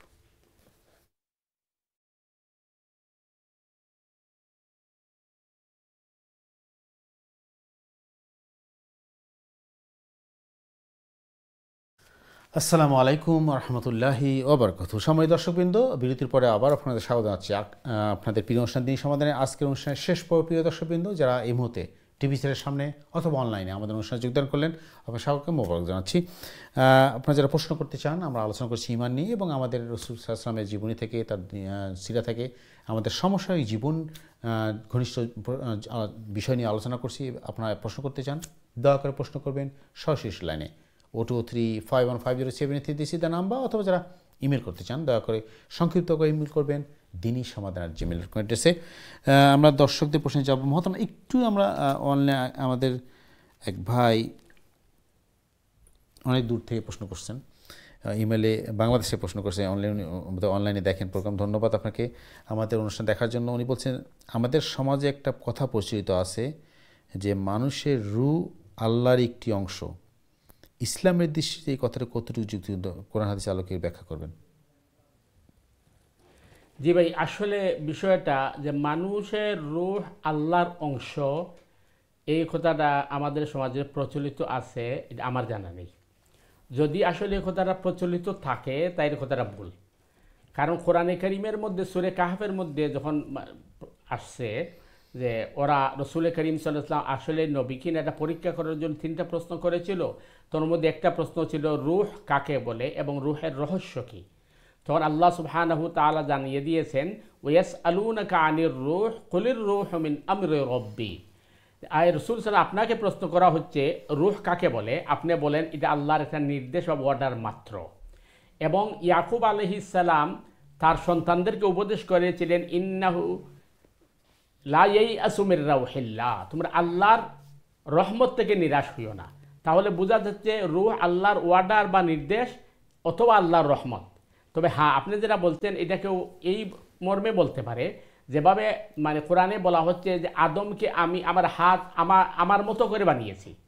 এখানে আমার মতো করে বানিয়েছি এর অর্থ এই নয় যে আদমের অবয়ব বা আকার যেভাবে আল্লাহর অবয়ব এইভাবে মাআযাল্লাহ। আল্লাহ বুঝাচ্ছেন আমার মতো করে বানিয়েছি, অর্থাৎ আমি যেভাবে চাইছি সেভাবে বানাইছি, কারো কোনো প্ল্যান বা কারো কোনো পরামর্শ আমি নেই নাই। ঠিক একইভাবে যে কেউ বলে থাকে যেহেতু এটা আল্লাহর ওয়ার্ডার অথবা আল্লাহর নির্দেশ, আল্লাহর রহমত, এই হিসাবে আল্লাহর মানে অংশ, এই অর্থে বলতে পারে। তবে এই শব্দটা এইভাবে ব্যবহার না করে বলতে হবে যে আল্লাহ কোরআনে বলছেন রূহ আল্লাহ সুবহানাহু তাআলার ওয়ার্ডার বা নির্দেশ অথবা আল্লাহর রহমত। আশা করি ক্লিয়ার আছে। এবং বাংলাদেশ থেকে আপনি প্রশ্ন করে আপনাকে ধন্যবাদ। আপনার প্রশ্নের জন্য ধন্যবাদ। আমরা আশা করি আপনার প্রশ্নের জবাব দিয়ে পেরেছি। চলে আসছে আমাদের পরবর্তী দর্শক আছে, দেখি আমাদের কে লাইনে আছে। সম্মানিত দর্শক, আসসালামু আলাইকুম, আপনার প্রশ্ন করুন প্লিজ। ওয়ালাইকুম সালাম রাহমাতুল্লাহি ওয়া বারাকাতুহু। আসসালামু আলাইকুম। ওয়ালাইকুম সালাম। জি, আপনি কি প্রশ্ন বলেন? হুজুর, আমার একটা প্রশ্ন নামাজ সম্বন্ধে। জি বলেন। জোহরের ফরজ নামাজ আমি হুজুর নামাজও পড়েছি, আমি পয়লা রাকাতও আমি বই গেছি, আমি বুঝছি না যে আমার ধ্যান ছাড়িয়ে গেছে বইয়া আমি আত্তাহিয়াতু অর্ধেক পড়িলে যে পড়িয়ালে আমার মনে হয়েছে যে আল্লাহ আমি তো পয়লা রাকাতও বই গেছি গিয়ে আত্তাহিয়াতু পড়াতে উঠি গেছি, আল্লাহু আকবার হইয়া উঠিয়া আর এক রাকাত পড়িয়া আদা আত্তাহিয়াতু পড়িয়া পাঁচে সজদা দিছি। হুজুর, ইলে আমার ফরজ নামাজ হইব নি? আমার নামাজ হইছে নি নাকি তখন তোমারে হইবা? আচ্ছা, ওয়ালাইকুম সালাম। ধন্যবাদ আপনার প্রশ্ন করার জন্য। দয়া করে আপনি অনুষ্ঠান দেখতে থাকুন। মুভি মরণ প্রশ্ন করছেন, জাযাকাল্লাহ খাইরান। জি মহতরম। জি, আপনি জোহরের নামাজও প্রথম রাকাতও আপনি বলে বই গেছেন, বই আত্তাহিয়াতু ফরজ হইন। এরপরে আপনি দ্বিতীয় রাকাতও তো আবার আত্তাহিয়াতু ফরজ হইন। যদি নামাজের শেষে আপনি সজদা দিয়া থাকেন তাহলে নামাজ হয়ে গেছে। এবং মাসলা আমরা জানা দরকার, আমরা যদি নামাজের মাঝে ভুলবশত প্রথম রাকাতও বই আত্তাহিয়াতু ফরিলাই অথবা তৃতীয় রাকাতও বইবার কথা আসলে তৃতীয় রাকাতও বলে বই আত্তাহিয়াতু ফরিলিছেন, তাইলে আপনি শেষে যখন সজদা দিলেই বা আপনার নামাজ হয়ে যাব। নামাজে মানে বাঙ্গা লাগতো নাই এবং রিপিট করা লাগতো নাই। তো এই হিসেবে আপনি যদি প্রথম রাকাতও আপনি বই যাইন ভুলে আর বাদে দ্বিতীয় রাকাতও আবার যদি আপনি আত্তাহিয়াতু ফরইন আর শেষে সজদা দেন তাহলে নামাজ হয়ে যাব। অথবা এর বিপরীত কেউ করে লিছেন যে প্রথম রাকাতও আত্তাহিয়াতু বলে ফরি লিছেন আর দ্বিতীয় রাকাতও আবার বলে আত্তাহিয়াতু না ফরিয়ে দাঁড়াই গেছেন, এইভাবে হয়ে গেছে। তাইলে দুইটা ভুল হয়ে গেছে। এই দুই ভুল হইলেও সজদা নামাজের কভার করে নিব। কারণ একাধিক ভুলের কারণে সজদা নামাজের কভার করিলাই। কারণ আমরা বারবারই কথা কইলাম যে নামাজরে কায়েম করার কথা হয়েছে। তো নামাজ কায়েম করা মানে নামাজরে আপনি সহজে ভাঙতা না, অর্থাৎ কোনো ফরজ যদি নষ্ট না হয় তাহলে নামাজ ভাঙ্গার কোনো সুযোগ নাই, চান্স নাই, সহযোগিতা দিলে আমাদের কভার করে নিব। আশা করি ক্লিয়ার হচ্ছে ইনশাআল্লাহ। একটু আমি এখানে একটু অ্যাড করবো, সেখানে এরকম আমাদের অনেকগুলো প্রশ্ন আসে মাঝে মাঝে সালাত করার সময়, যে প্রথম রাকাতে আমরা যে সূরা ফাতিহার সাথে সূরা অ্যাড করতে হয় এবং দ্বিতীয় রাকাতে করতে হয়, এবার কোনো সময় যে সূরা ফাতিহার পরে অ্যাড করা ভুলে গেলাম, তাহলে কি আমার কি ওই রাকাতটা কি আবার নতুন করে পড়তে হবে না শুধু সহযোগিতা? একইভাবে সহযোগিতা, মনে করেন আপনি সূরা ফাতিহার পরে সূরা বলতে ভুলে গেছেন, অথবা কেউ প্রথমে মানে সূরা ফাতিহা না পড়ে ভুলে আগে সূরা পড়ে ফেলছেন, পরে ফাতিহা পড়ছেন, এই সব কারণে সহযোগিতা নামাজ দেয়। মনে করেন 4 রাকাত নামাজে পরের রাকাতে শুধু ফাতিহা পড়া হয়, কেউ যদি আবার সূরা অ্যাড করে ফেলে তাও না।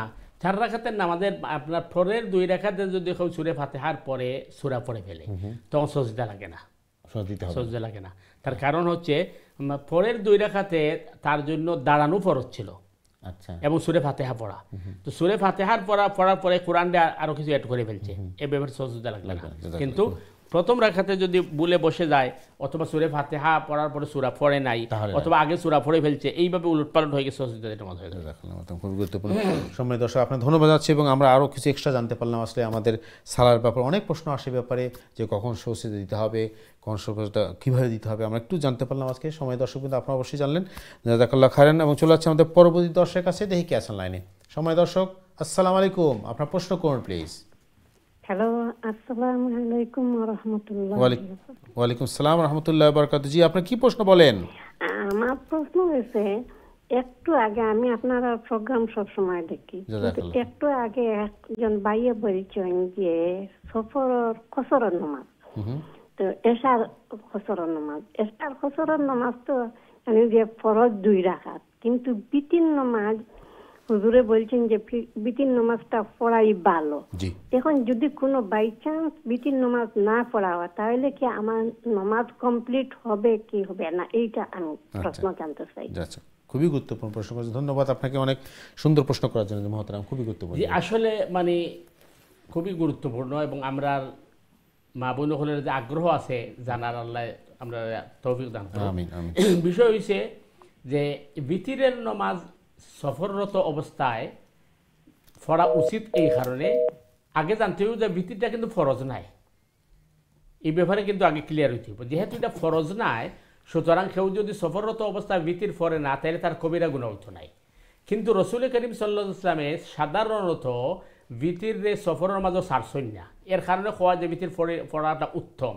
সেনে ছাড়ছেন না, তার কারণ হইল যে হাদিসের মাঝে আইছে যে সমস্ত মানুষের বা যে সমস্ত সময়ে দোয়া কবুল হয়, এর মাঝে একটা জিনিস হইল মুসাফিরের দোয়া 100% কবুল। তো সফররত অবস্থায় যেহেতু দোয়া কবুল হয়, আর বিতিরের নামাজ মানে তো দোয়া শেষ রাখাত, এই জন্য আল্লাহ রসুল সাল্লাল্লাহু আলাইহি ওয়াসাল্লাম সম্ভবত বিতিরে ছাড়ছেন না। সুতরাং বিতির পড়া উত্তম, তবে কেউ যদি পড়েন না অথবা অসুবিধার কারণে ছাড়ি দেন, তার নামাজ কমপ্লিট হইব এবং তার গুনাহগার হইতে নাই। আশা করি ক্লিয়ার ছিল। একটা জিনিস ক্লিয়ার হলো, সম্মানিত আপনার প্রশ্নের ধন্যবাদ, যে আসলে সফরে বা মুসাফির অবস্থায় বিতিরের নামাজটা পড়া ভালো, কিন্তু কোনো কারণে গুনাহ হবে না। জাযাকাল্লাহ খাইরান। আমরা চলে যাচ্ছি আমাদের পরবর্তী দর্শকের কাছে, দেখি কে আছেন লাইনে। সম্মানিত দর্শক, আসসালামু আলাইকুম, আপনার প্রশ্ন করুন please. Hello, assalamu alaikum. Walaikum assalam wa rahmatullah. জি ভাই, কি প্রশ্ন বলেন? I'd like to ask you about tayammum. Tayammum. Yeah.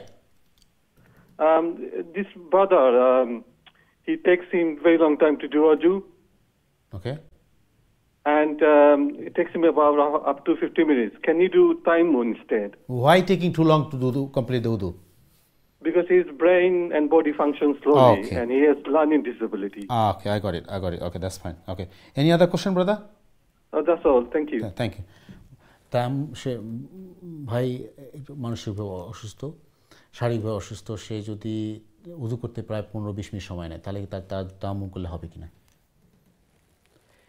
জি ভাই, আসলে যদি ডিসেবিলিটি হইয়া থাকে আর তার লাগে যদি খুবই কষ্টকর হয় অজু করা, তাইলে তো মুহরের নামাজ পড়তে পারবো, কোনো অসুবিধা নাই। কারণ কোরআনে কারিমের মধ্যে হয়েছে যে যারা পানি ফাইতা নাই অথবা পানি ব্যবহার করতে অক্ষম, যেহেতু এই বাই ডিসেবিলিটি আছে, অজু করতে তাই অক্ষম, কষ্ট বেশি হয়, তাইলে তার লাগে তাই মুহরের নামাজ আদায় করলে ওইব। তো সম্ভব যদি হয় তাইলে অজু করবা, আর না তাই মুহরের নামাজ পড়িবা ওইব ইনশাআল্লাহ। কারণ কোরআনের মধ্যে আল্লাহ খুঁজছেন লা ইউকাল্লিফুল্লাহু নাফসান ইল্লা উসআহা, মানুষের অসাধ্য কোনো জিনিস আমি তার কাছে পাইয়া দিছি না। তো এই ডিজেবল বাই হিসাবে মাজুর হিসাবে তার লাগে যদি অজু করতে কষ্ট হয় খুব বেশি, যেটা আপনার কাছে 15-20 মিনিট সময় লাগে অথবা আরও জনটা তাদের হেল্প করতে হয়, এইটা তো সবসময় মিলতো না। এই হিসাবে তাই যদি অসুবিধা হয় তো মুখের নামাজ পড়তে পারবো। আল্লাহ জাযাকাল্লাহ মাদাম। সময় দর্শক আশা করি আপনার প্রশ্নের জবাব পেয়ে গেছি ইনশাআল্লাহ, জাযাকাল্লাহ খায়রান। চলে যাচ্ছে আমাদের পরবর্তী দর্শক আছে ইনশাআল্লাহ। আসসালামু আলাইকুম সম্মানিত দর্শক, আপনার প্রশ্ন করুন প্লিজ। আসসালামু আলাইকুম। ওয়ালাইকুম আসসালাম ওয়া রাহমাতুল্লাহ। জি কেমন আছেন? জি ভালো, আপনারা তো ভালো? আলহামদুলিল্লাহ আলহামদুলিল্লাহ। কি খেদমত করতে পারি বলেন, আপনার কি প্রশ্ন আজকে? আমি একটা ফানি প্রশ্ন করতাম। স্বামী যদি বেমার থাকে, জি, ওনারা খেদমত করতে গিয়া নামাজ রোজা সাইডে যাওয়া লাগবো আর ব্যবসার দরজা খোলা পাওয়া যাইব নি, এইটার উত্তর চাই। যে আপনি একটু লাইনে থাকেন, আপনি একটু আমার স্বামী অসুস্থ, তার খেদমত করতে যে আপনি কি নামাজ রোজা করতে পারতেছেন না? আমি আমার সময় হইলে আমি পড়ি, মানে সামনে বলুন যে এগুলা করা লাগতো না, তুমি ব্যস্ত যাইবে। আচ্ছা এবার বুঝতে পারছি, এবার প্রশ্ন বুঝতে পারছি, এবার বুঝতে পারছি। খুবই গুরুত্বপূর্ণ প্রশ্ন করছেন। আসসালামু আলাইকুম। ওয়ালাইকুম আসসালাম। খুবই গুরুত্বপূর্ণ প্রশ্ন করছেন মুরব্বী, আপনি জাযাকাল্লাহ খায়রান। আপনার প্রশ্নের জন্য এই প্রশ্নগুলো অনেক আমাদের সমাজে আমাদের অনেকেই জিনিসটা জানা দরকার মহতারাম, খুবই গুরুত্বপূর্ণ। জি যে আসলে মানে আপনার স্বামীরে আল্লাহ সুস্থতা দান করুক এবং আপনারও আল্লাহ সুস্থতা দান করুক। 6 নম্বর কত হইল যে জান্নাতের মালিক তো আপনার স্বামী নাই, সুতরাং থাইন তো থান কথায় জান্নাত দেওয়া হইতো নাই এবং থান কথায় জান্নাত থেকে কেউ বাহির করে দেওয়া হইতো নাই। বিষয়টা হইল যে স্বামীর খেদমত করা অবশ্যই দরকার, মাতা পিতার খেদমত করা আরও বেশি গুরুত্বপূর্ণ, কিন্তু আল্লাহরে ডিঙ্গাইয়া নাই। আল্লাহ সুবহানাহু ওয়া তাআলা করা ওয়াইন জাহাদাকা আলা আন তুশরিকা বিহি মা লাইসা লাকা বিহি ইলমুন ফালা তুতিহুমা ওয়া সাহিবহুমা ফিদ দুনিয়া মারুফা, যে তোমরা তোমার মাতা পিতারে খেদমত করো, মাতা পিতার সাথে সদয় ব্যবহার করো। যদি তোমরার মাতা পিতায় তোমরারে শিরিক করার লাগে হইন তাইলে তোমরা এটা মানতে পারতে নাই, তবে তারার লোক বালা ব্যবহার করা লাগবো, ব্যবহার বালা করা লাগবো, কিন্তু এই কথা মানা যাইতো নাই। সুতরাং সামনে যদি যখন যে তোমার নমাজ রোজা লাগতো না, খালি আমার খেদমত করো জান্নাত তো যাইবা কি, তাইলে তো বোঝা গেল যে আল্লাহ সুবহানাহু ওয়া তাআলা তান কথায় কি করবা, এটা ঠিক নাই। প্রথমত হইল আল্লাহ সুবহানাহু ওয়া তাআলার বিধান মানতে হইব, আর আল্লাহরই বিধান হইল স্বামীর খেদমত করা, আল্লাহরই বিধান হইল মাতা পিতার খেদমত করা। তো আল্লাহরে বাদ দিয়ে করা যাইতো নাই। তবে হ্যাঁ, আপনার স্বামী অসুস্থ বা স্বামী যদি আপনার বেমার থাকেন অথবা মাথা পিতা অসুবিধা থাকেন, এই সময় যদি কেউ খেদমত করতে গিয়া মাঝে মধ্যে নামাজ হয়তো একটা ডিলে হয়ে গেছে, এটা হয়তো আল্লাহ তাআলা মাফ করবা। কিন্তু নামাজ রোজা ছাড়িয়া খালি স্বামীর খেদমতে অথবা আপনার মাতা পিতার খেদমতে কেউ জান্নাত যাইব কি, এটা ঠিক নাই। আর নাই তো দুনিয়ার জাহান্নামও কেউ গেল না নাই, কারণ মানব সেবা তো সবই করে। এর লাগি আল্লাহ সুবহানাহু তাআলার প্রায়োরিটি ফার্স্ট, আল্লাহ সুবহানাহু হুকুম আহকাম মানতে হইব, এরপরে আপনার মানবিক কাজ আগে যাইতে হইব, স্বামীর খেদমত করা, মাতা পিতার খেদমত করা, এটা আল্লাহরই হুকুম, কিন্তু আল্লাহর আইনে বাদ দিয়া নাই। আর নামাজ ছাড়ি দেওয়া এটা শিরিকের মতো এবং কুফরির মতো, সুতরাং নামাজ ছাড়ি দেওয়ার কোনো চান্স, কোনো সুযোগ নাই। আল্লাহু আ'লাম। খুবই গুরুত্বপূর্ণ প্রশ্ন। আমাদের সমাজে আমাদের অনেকগুলো প্রশ্ন আসছে মাত্র, আমাকে অনেকেই প্রশ্ন করেছে। আসলে আমাদের সমাজে নিউ জেনারেশনে দেখবেন যে এই কথাগুলো অনেক প্রশ্ন আসছে আমার কাছে, দেখবেন যে তারা একটু নিজেকে মডার্ন মনে করে পারিবারিক জীবনে স্বামীকে মানা, স্বামীকে খেদমত করা অথবা পারিবারিক বন্ধনকে ঠিক রাখা, নিজে আত্মীয় স্বজনকে হক আদায় করা, এই ব্যাপারে একটু অনীহা। এরপরে আরও আছে, মনে করেন অনেক সময় বলা হয় যে মানব সেবাই ধর্ম। মানব সেবা তো অবশ্যই ধর্ম, কিন্তু মেইন ধর্ম বাদ দিয়ে তো নয়। ধর্মই তো আমাদেরকে শিক্ষা দিছে মানবতা, ধর্মই আমাদেরকে শিক্ষা দিছে মাতা পিতার খেদমত, ধর্মই আমাদেরকে শিক্ষা দিছে স্বামীর খেদমত করা। তো আল্লাহর মানে প্রথমত আল্লাহর হুকুম মানার পরে এরপরে বান্দার প্রায়োরিটি। কিন্তু যেমন হাদিসের মধ্যে আছে যে এই আল্লাহর আইন দিয়ে বাদ দিয়া, আল্লাহর আনুগত্য বাদ দিয়া লিডার অথবা বান্দার আনুগত্য করা, এটার ইসলামে এলাও করে না। কারণ তাইলে তো আপনি আল্লাহরে রাখলেন কই, যে মেন আপনার সৃষ্টি করলো তার কথাই যদি না মানা হলো, তার কথাই তো প্রথমে তাকে ইবাদত করতে হবে, তারপরে না আপনি আসবেন অন্য কিছু। জাযাকাল্লাহ খায়রান। আমরা যেমন যে হাদিসে আছে লা তাআতাল মাখলুক লিমাসিয়াতিল খালিক, যদি আল্লাহর বিরোধিতা করে কোনো মানুষের আনুগত্য স্বীকার করে তাহলে তো আমাদের দেশের রাজনৈতিক দলগুলো আছে না, যে সে মনে করে আমি যে দল করি এই দলই আমার জন্য যথেষ্ট, ইসলামও মানে না, আল্লাহও মানে না, রসুলও মানে না, এমনকি মরার সময় তার দলের স্লোগান দেয়, এমন মানুষ দলের নেতা কি সে মনে করে আল্লাহ হয়েছে। সুতরাং এটা কোনো অবস্থাতেই গ্রহণযোগ্য। কিন্তু একটা মহতরম আমি যেটা বলছিলাম, আমাদের অনেক প্রশ্ন এরকম আসে, যেরকম আধুনিক যুগে আমরা দেখছি যে পারিবারিক জীবনে স্বামী স্ত্রীর যে সম্পর্ক, এবং দেখবেন যে স্বামীরা স্ত্রীকে সম্মান দিচ্ছে না, স্ত্রীরা স্বামীকে মানতেছে না, এই ব্যাপারে ইসলাম কি বলে? এটা তো ভয়াবহ, কারণ কোরআন তো ক্লিয়ার বলে দিচ্ছে হুন্না লিবাসুল্লাকুম ওয়া আনতুম লিবাসুল্লাহুন। হাজব্যান্ড আর ওয়াইফ একজন আরেকজনের পোশাকের মতো। সুতরাং পোশাক যেভাবে আপনি আপনার কোয়ালিটির মতো আপনি কিনেন, আপনি আপনার শরীরে আরামদায়ক পোশাক কিনেন, পোশাকের আপনি যে কোনোভাবে ব্যবহার করবেন না। শুধু হাজব্যান্ড ওয়াইফ একজন আরেকজনের আপনার সহযোগী এবং পার্টনার, এবং এখানে কোনো প্রতিযোগিতা নেই, প্রতিযোগিতা নাই। তবে ইসলামের দৃষ্টিতে যে হাজব্যান্ডের এই প্রায়োরিটির ফার্স্ট, তাকে আপনার শ্রদ্ধা করতে হবে এবং তাকে আপনি তার খেদমত সেবা করতে হবে। কিন্তু এর অর্থ এই নয় যে তিনি যদি মানে আপনার শিরিকের পক্ষে অথবা গুনার কথা বলেন, এটা মানা যাবে না। আর একইভাবে যে ওয়াইফে যখন হাজব্যান্ডের খেদমত করবেন, এর অর্থ এই নয় যে ওয়াইফ যদি অসুস্থ হয়, বেমার হয়, তাকে আপনি খেদমত করবেন, এটা নয়। একজন আরেকজনে সম্পূরক। জাযাকাল্লাহ খাইরান। আমরা বেশ কিছু গুরুত্বপূর্ণ জিনিস আলোচনা করে প্রিয় দর্শকবৃন্দ আপনারা প্রশ্ন করতেছেন, জাযাকাল্লাহ খাইরান। আপনারা প্রশ্ন করেন বলেই আমরা এই জিনিসগুলো আলোচনা করতে পারতেছি এবং আমরা জানতে পারতেছি। আপনারা প্রশ্ন করবে, মতামত দেবে অনুষ্ঠানের ব্যাপারে, এবং যেটা আমরা বলি প্রিয় দর্শকবৃন্দ, এই অনুষ্ঠানটা আমাদের জন্য, আমরা চেষ্টা করবো এখান থেকে শেখার জন্য। খুব স্বল্প সময় আমাদের মতারা আমাদেরকে কোরআন হাদিস থেকে আমাদের শেখাচ্ছেন, জানাচ্ছেন, এবং অনেক জিনিসগুলো আমরা জানতে পারছি। আমাদের যে ভুল ধারণা রয়েছে দিনের ব্যাপারে, ইসলামের ব্যাপারে, কিছু মিসকনসেপশন রয়েছে এবং মিসআন্ডারস্ট্যান্ডিং রয়েছে, এগুলো দূর করে আমরা সঠিকটা জানতে পারি, যাতে আমরা ইসলামকে সুন্দরভাবে মানতে পারি এবং আল্লাহর প্রিয় বান্ধব হতে পারি। এই আমাদের উদ্দেশ্য, এই আমাদের প্রত্যাশা ইনশাআল্লাহ। আমরা একটু আমাদের অনলাইনে একটু প্রশ্ন আমরা নিয়ে আসি। আমাদের প্রশ্ন চলে আসছে,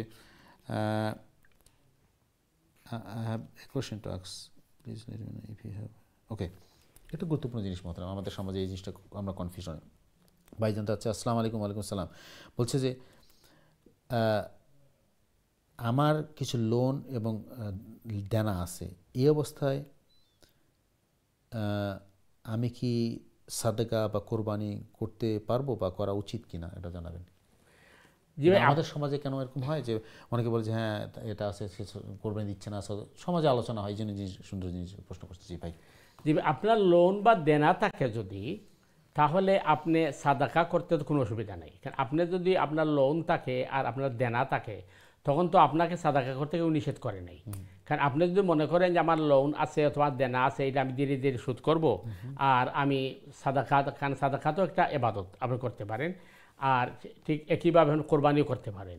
তো মাসআলাটা হচ্ছে, যদি দেখা যায় আপনার লোন অথবা আপনার দেনা যদি আপনার জন্য কষ্টকর হয় এবং যদি আপনার এটা আদায় করতে কষ্ট হচ্ছে, সেক্ষেত্রে আপনার উপর যাকাত ফরজ হয় না এবং কোরবানি আপনার উপর ওয়াজিব নয়, কারণ আপনার দেনা এবং খরচটা হলো আপনার জন্য জরুরি। তো এই হিসাবে যদি আপনি মনে করেন আপনার মানে খরচ এবং আপনার দেনা যেটা আছে এটা আপনার জন্য খুব বেশ কষ্টকর না, সহনশীল, আপনি সময় সুযোগ মতো দিবেন, আর মাঝে মধ্যে সাদাকা করলেন এবং কোরবানি করলেন, এটা শরীয়তে নিষেধ করে নাই। কারণ আপনার দেনা অথবা খরচ থাকলে আপনি কোরবানি করা হারাম, এটা নয়। তবে হ্যাঁ, যদি দেখা যায় একজন আপনার কাছে টাকা পাবে আর বারবার আপনার কাছে টাকা সে চাচ্ছে, কিন্তু আপনি তাকে দিচ্ছেন না বা দিতে পারছেন না, আর এই অবস্থায় যদি আপনি মনে করেন কোরবানি করেন, তো এটা হাস্যকর হয়ে যাবে, কারণ আগে তারটা আদায় করতে হবে। আর স্বভাবত দেনা বা আপনার ওই খরচ থাকলে যে কোরবানি করা যাবে না, সাদাকা করা যাবে না, এটা কিন্তু শরীয়ত বলেন নাই। শরীয়ত এটি বলতে, যদি এটা আপনার জন্য কষ্টকর হয় তাহলে আপনার জন্য মাফ। আশা করি ক্লিয়ার আছে ইনশাআল্লাহ। সময় দেওয়া সুন্দর প্রশ্ন, ধন্যবাদ মহতরম। আরেকটা তানভীর ভাই, তানভীর প্রশ্ন করছেন গুরুত্বপূর্ণ জিনিস। বলছি যে আমি সিজদার, আমরা দুটি সিজদা দিই, সিজদার মধ্যে একটা সিজদা দিচ্ছি, একটা সিজদা দিতে ভুলে গেছি, তাহলে কি আমাকে সিজদা দিলে কি নামাজ হবে নাকি আমি পুরো নামাজ পড়তে হবে? যে আপনি যদি একটা সিজদা দিয়ে থাকেন, তাহলে আপনি ওই সিজদা দিলে নামাজ হয়ে যাবে ইনশাআল্লাহ। তার কারণ আপনি তো প্রথমত হচ্ছে যে একটা সিজদা দিয়ে দিছেন, তো এই সজদা তো আপনি একটা তো ফরজ আদায় হয়ে গেছে। এখন পরের যে সজদাটা দেন নাই, এটা পরে যখন সজদা দিবেন তখন তো দুইটা সজদা দিয়ে দিচ্ছেন, এই হিসাবে আপনার নামাজ হয়ে যাবে ইনশাআল্লাহ, নামাজ রিপিট করতে হবে না। ওকে, জাযাকাল্লাহ তানভীর ভাই, আপনার সুন্দর প্রশ্ন, ধন্যবাদ। আশা করি প্রশ্ন যাবেন। আমাদের ভাই রাশেদ একটা প্রশ্ন করছেন, my question is it compulsory for women to cover their feet? Okay, আবার সালার ব্যাপারে আমাদের অনেকগুলো সালার ব্যাপারে প্রশ্ন আসলে বলছেন যে মহিলার জন্য, মহিলা যখন সালা পড়েন তার জন্য কি কি কাভার করতে হবে? ফিট এবং রিস্ট সব কিছু কাভার করতে পারে, পা এবং হাতের কবজি সব কিছু কাভার করতে হবে কিনা নামাজের জন্য, মহিলাদের জন্য? এবার মহিলার মানে নামাজের জন্য টপ টু বটম কভার করতে হবে। অর্থাৎ মাথা থেকে নিয়ে পায়ের নিচ পর্যন্ত কভার করতে হবে। এখন চেহারা খোলা থাকবে, চেহারা কখনো কি করা যাবে না, ঢাকা যাবে না। আর দ্বিতীয় জিনিস হচ্ছে কোরআন বলছে ইল্লা মা জহরা মিনহা, স্বভাবত যেগুলো বের হয় এগুলো যদি বাহিরে থাকে তাহলে অসুবিধা নাই। যেমন হাতের কবজি থেকে নিয়ে নিচ পর্যন্ত স্বভাবত বের থাকে, এবং পায়ের ঘন্টার নিচ যেটা আছে এটাও স্বভাবত মানে হাঁটা চলার সময় বাহির হয়। তো এটা যদি কেউ বাহির করে তাহলে তার নামাজ হবে না, এটা বলা যাবে না। তবে উত্তম হবে যেহেতু মহিলার বুরকাই বলেন অথবা মহিলার আপনি জিলবাবি বলেন অথবা মহিলার যে কাপড় বলেন সেটা তো আপনার ওই টাকনুর নিচে থাকে, এই হিসাবে মানে ঘন্টাটা ঘুরে নামাজ পড়লে উত্তম হবে। কিন্তু মানে টপ টু বটম বলতে মাথা থেকে নিয়ে পাও পর্যন্ত সারাটা ঘুরে রাখতে হবে মা বোনদের জন্য। আর যদি মানে হঠাৎ নামাজের মধ্যে হাতের কবজির এই সাইড বাহির হয়ে যায় অথবা পায়ের ঘন্টার নিচে বাহির হয়ে যায় নামাজ হবে না, এটা বলা যাবে না। তবে উত্তম হবে মানে ওই লম্বা জামা পরে নামাজ পড়া। আশা করি ক্লিয়ার আছে। একটা জিনিস আসলে কী দরকার প্রশ্ন করতে ধন্যবাদ। আসলে মানে নামাজ পড়ার সময় মহিলাদের কি হাতের কবজি কভার করতে হবে? না, করতে হবে না, এটা ফরজ না। অর্থাৎ এখানে গ্লাভ পড়তে হবে এমন কোনো শরীয়ত বলে না, কারণ শরীয়ত বলতে স্বভাবত যেটা বাহির হয় নরমালি এটা যেমন মুখমণ্ডল তো খোলা রাখতেই হবে, হাতের কবজি এবং পায়ের পাতা। কারণ নামাজের মধ্যে মুখমণ্ডল ডেকে রাখা এটা নিষেধ আসছে। আচ্ছা, পুরুষ হোক মহিলা হোক খোলা থাকতেই হবে, খোলা থাকতেই হবে। এবং এহরামের সাথে তো মা বোনদের চেহারা খোলা রাখা হয়, কিন্তু নামাজের সময় চেহারা খোলা রাখতে হবে, চেহারা ঢাকা যাবে না। এবং এটার মধ্যে যুক্তিও আছে, কারণ আপনি যদি কারোর সাথে কথা বলেন আর আপনি যদি মুখের মধ্যে পর্দা দিয়ে কথা বলেন অথবা আপনার মুখ ফিরিয়ে কথা বলেন তো এটা থাকে ইনসল্ট করা হচ্ছে। তো আপনি আল্লাহর সাথে কথা বলছেন, আপনি হচ্ছেন আল্লাহর বান্দা অথবা বান্দি, তো মালিকের সাথে কথা বলছেন, এই সময় চেহারার মধ্যে আপনি ঘুরে রাখবেন, এটা তো যুক্তি আসে না। তবে হাতের কবজি এবং পায়ের পাতা ঘুরে রাখতে পারলে ভালো, কিন্তু এটা যদি খুলে যায় নামাজ হবে না, এটা বলা যায়। আমরা দেখি আমাদের অনেক মা বোনেরা এখন দেখে যে গ্লাভস পরেন, সক্স পরেন, এমনি নর্মালি তারা বাইরে পড়াটা তো ভালো ভালো সালার সময় পড়লে ভালো না, নামাজের ক্ষতি হবে না। খুব গুরুত্বপূর্ণ জানতে পারলাম। সুপ্রিয় দর্শক কিন্তু আপনার ধন্যবাদ প্রশ্নের জন্য। নুরুল ভাই প্রশ্ন করছেন, আসলে এটাও আমাদের সালার ব্যাপার প্রশ্ন, যে আমি কাজে ফরজ নামাজের সময় ম্যানেজ পড়ি, কিন্তু সুন্নত নামাজ পড়তে পারি না। আমি শূন্য নামাজ ঘরে এসে পড়লে কাম হবে না? হ্যাঁ, শূন্য নামাজ ঘরে এসে পড়লে হবে কিনা? জি ভাই, আপনি যদি কাজের জন্য যদি আপনি ওই সুন্নত নফল পড়তে না পারেন, ফরজ আদায় করে ফেলেন আর পরে ঘরে আসার পরে আপনি মনে করেন সুন্নত নফল পড়লেন, কোনো অসুবিধা নাই। কারণ আল্লাহ সুবহানাহু তাআলা বলছেন হুয়াল্লাযী জাআলাল লাইলা ওয়ান নাহারা খিলফাতাল লিমান আরাদা আন ইয়াযাক্কারা আও আরাদা শুকুরা, যে দিনের নফল রাত্রের নফল দিনে পড়লে কোনো অসুবিধা নাই অসুবিধার কারণে। তো যেহেতু আপনি কাজের কারণে আপনি হয়তো কোম্পানির মধ্যে কাজ করছেন অথবা অন্য কোনো মালিকের অধীনে কাজ করছেন, আপনার মালিক বলছে যে আপনি ওইখানে লম্বা সময় নিতে পারবেন না, সুতরাং ফরজ নামাজ শুধু আদায় করবেন, আর বাকি সুন্নত নফল ঘরে এসে পড়লে কোনো অসুবিধা হবে না। তবে আপনার কোম্পানি অথবা মালিক যদি আপনাকে বলে ফরজও পড়তে পারবেন না, তাহলে ওই কোম্পানি বা ওই দোকানে আপনার জন্য জব করা জায়েজ হবে না, কারণ ওই আগের মাসআলা আল্লাহর হুকুমরে ডিঙ্গাইয়া বান্দার কোনো কাজ বা নিজের স্বার্থ আদায় করা যাবে না। তো সুন্নত নফল আপনি পরে এসে ঘরে এসে পড়তে পারবেন, কোনো অসুবিধা নেই। খুব বুদ্ধিমান জিনিস মাত্র আসলে সালার এখানে একটা জিনিস তো ক্লিয়ার হচ্ছে, এটা যে সালার ব্যাপারে কোনো মানে কনসিডারেশন নেই, কোনো এক্সকিউজ নাই। আমি যে অবস্থাতে যেভাবেই থাক আপনার সালাটাকে মাফ করার কোনো এটা আল্লাহর নির্দেশ। এবং এই সালা যদি না পড়ে, আপনি বহু বলছেন যে মানুষটা সালা সঠিকভাবে আদায় করে না বা পড়েই না, সে মুসলিম থাকে না, সে তার ইমানই থাকে না। এই জন্য আমাদের ব্যাপারে খুব কঠিন ব্যাপারে সুপ্রিয় দর্শকবৃন্দ, আমরাও চেষ্টা করবো, আল্লাহ আমাদের সবাই তৌফিক দান করে, অ্যাটলিস্ট সালা যখন একজন মানুষ সঠিকভাবে আদায় করে দেখবেন যে অনেক জিনিস তার সহজ হয়ে যাবে। জি জি, অবশ্যই। আমরা একটা প্রশ্ন আমরা নেই এখান থেকে, ব্রাদার্স ওকে, নাফলি সালা ইন, আচ্ছা, হালকি একটু জানতে চাচ্ছেন ব্যাপারে? জি, আসলে হালকি নফল বা হালকি নফল যেটা আমাদের সমাজে বলা হয়, এটি হচ্ছে যে এশার নামাজের পরে সুন্নত ভিতরের পরে 2 রাকাত নামাজ বসে পড়া আমাদের সমাজে প্রচলিত, এটারে হালকি নফল বা খালকি নফল বলা হয়। তো আসলে এটা মানে আমাদের সমাজে এই কারণে বলা হচ্ছে যে এটা খুব মানে শর্ট এবং খুব সহজে পড়া হয়। তো এই হালকি নফল বা হালকি নফল এটা প্রতিদিন পড়তে হবে এমন কোনো বিধান নয়। এটা রসুল করিম সাল্লাল্লাহু আলাইহি ইসলামের মাসে মধ্যে পড়ছেন, পরে এটাকে বলে বয়ানের জাওয়াজ। আল্লাহ রসুলে বোঝাচ্ছেন যে আপনার যদি একজন মানুষ মনে করে যে আমি তাহাজ্জুদে উঠতে পারবো না, তো আমি মানে অসুস্থ অথবা শরীর টায়ার্ড লাগছে, 2 রাকাত পড়িলাই যাতে আল্লাহ আমাকে মানে তাহাজ্জুদের সওয়াব দেন। অথবা সফরের মধ্যে আছেন, এখন আপনি মনে করলেন যে আপনি তো সুন্নত নফল পড়া কষ্টকর, সুযোগ মিলবে না, তো 2 রাকাত পড়িলাই, এইভাবে আল্লাহ রাসূল মাঝে মধ্যে পড়ছেন।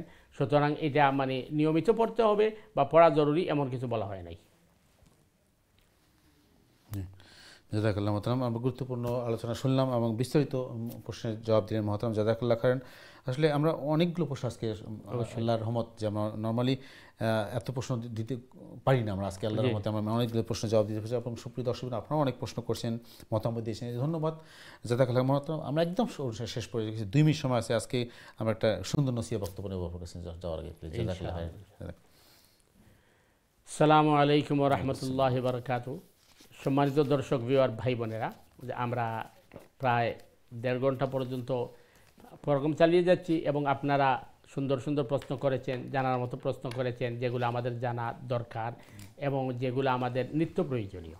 বিশেষ করে সালার ব্যাপারে যে প্রশ্নগুলো আমাদের মধ্যে আসছে, যে সালা কিভাবে আদায় হবে অথবা সালার মধ্যে ভুল ত্রুটি হলে কি করতে হবে, এই বিষয়গুলা যে কোরআনে কারিমে আল্লাহ সুবহানাহু তাআলা বলছেন ফাসআলু আহলা যিকরি ইন কুনতুম লা তা'লামুন, তোমরা যা জানো না, যারা জানেন তাদের কাছ থেকে জেনে নাও। সুতরাং আপনি জানার জন্য প্রশ্ন করা, এটা কিন্তু অনেক সওয়াবের কাজ। হাদিসের মধ্যে আসছে আল্লাহ রসুল সাল্লাল্লাহু আলাইহি ওয়াসাল্লাম বলেছেন যে তুমি যদি জানার জন্য প্রশ্ন করো তাহলে তোমার ডবল সওয়াব দেওয়া হবে। কারণ আপনি একটা প্রশ্ন করেছেন আপনি জানার জন্য, কিন্তু আপনার মাধ্যমে কিন্তু হাজার হাজার মানুষ এই বিষয়টা জেনে গিয়েছে, তো এই সওয়াবও আপনি পাবেন। তো আমরা আশা করব যে আপনারা এই প্রোগ্রামগুলোকে সবসময় দেখবেন এবং অন্যান্য ভাই বন্ধু এবং বন্ধু মহলের কাছে এনকারেজ করবেন যাতে প্রোগ্রামটা দেখেন। এবং আমরা বারবার বলে থাকি এটা, যে দিন টিভির মাধ্যমে এই দিনই সমাধানের মাধ্যমে আমরা হাজার হাজার প্রশ্নের উত্তরগুলো দিচ্ছি এবং দিতে যাচ্ছি। তো আমরা আশা করব যে আপনারা সবসময় দিন টিভির সাথে থাকবেন এবং দিনই সমাধান দেখবেন এবং অন্যান্য ভাই বন্ধু এবং আপনার পরিজনদেরকে এনকারেজ করবেন যাতে করে আরও মানুষ উপকৃত হতে পারে। এবং আমাদের জন্য দোয়া করবেন যাতে আল্লাহ সুবহানাহু তাআলা আমাদেরকে হক কথা সঠিক কথা বলার তৌফিক দান করেন। কারণ আমার যদি একটা ভুল কোনো বক্তব্য আপনাদের সামনে পেশ করি তো এটার দায়ভার তো আমার কাঁধে আসবে।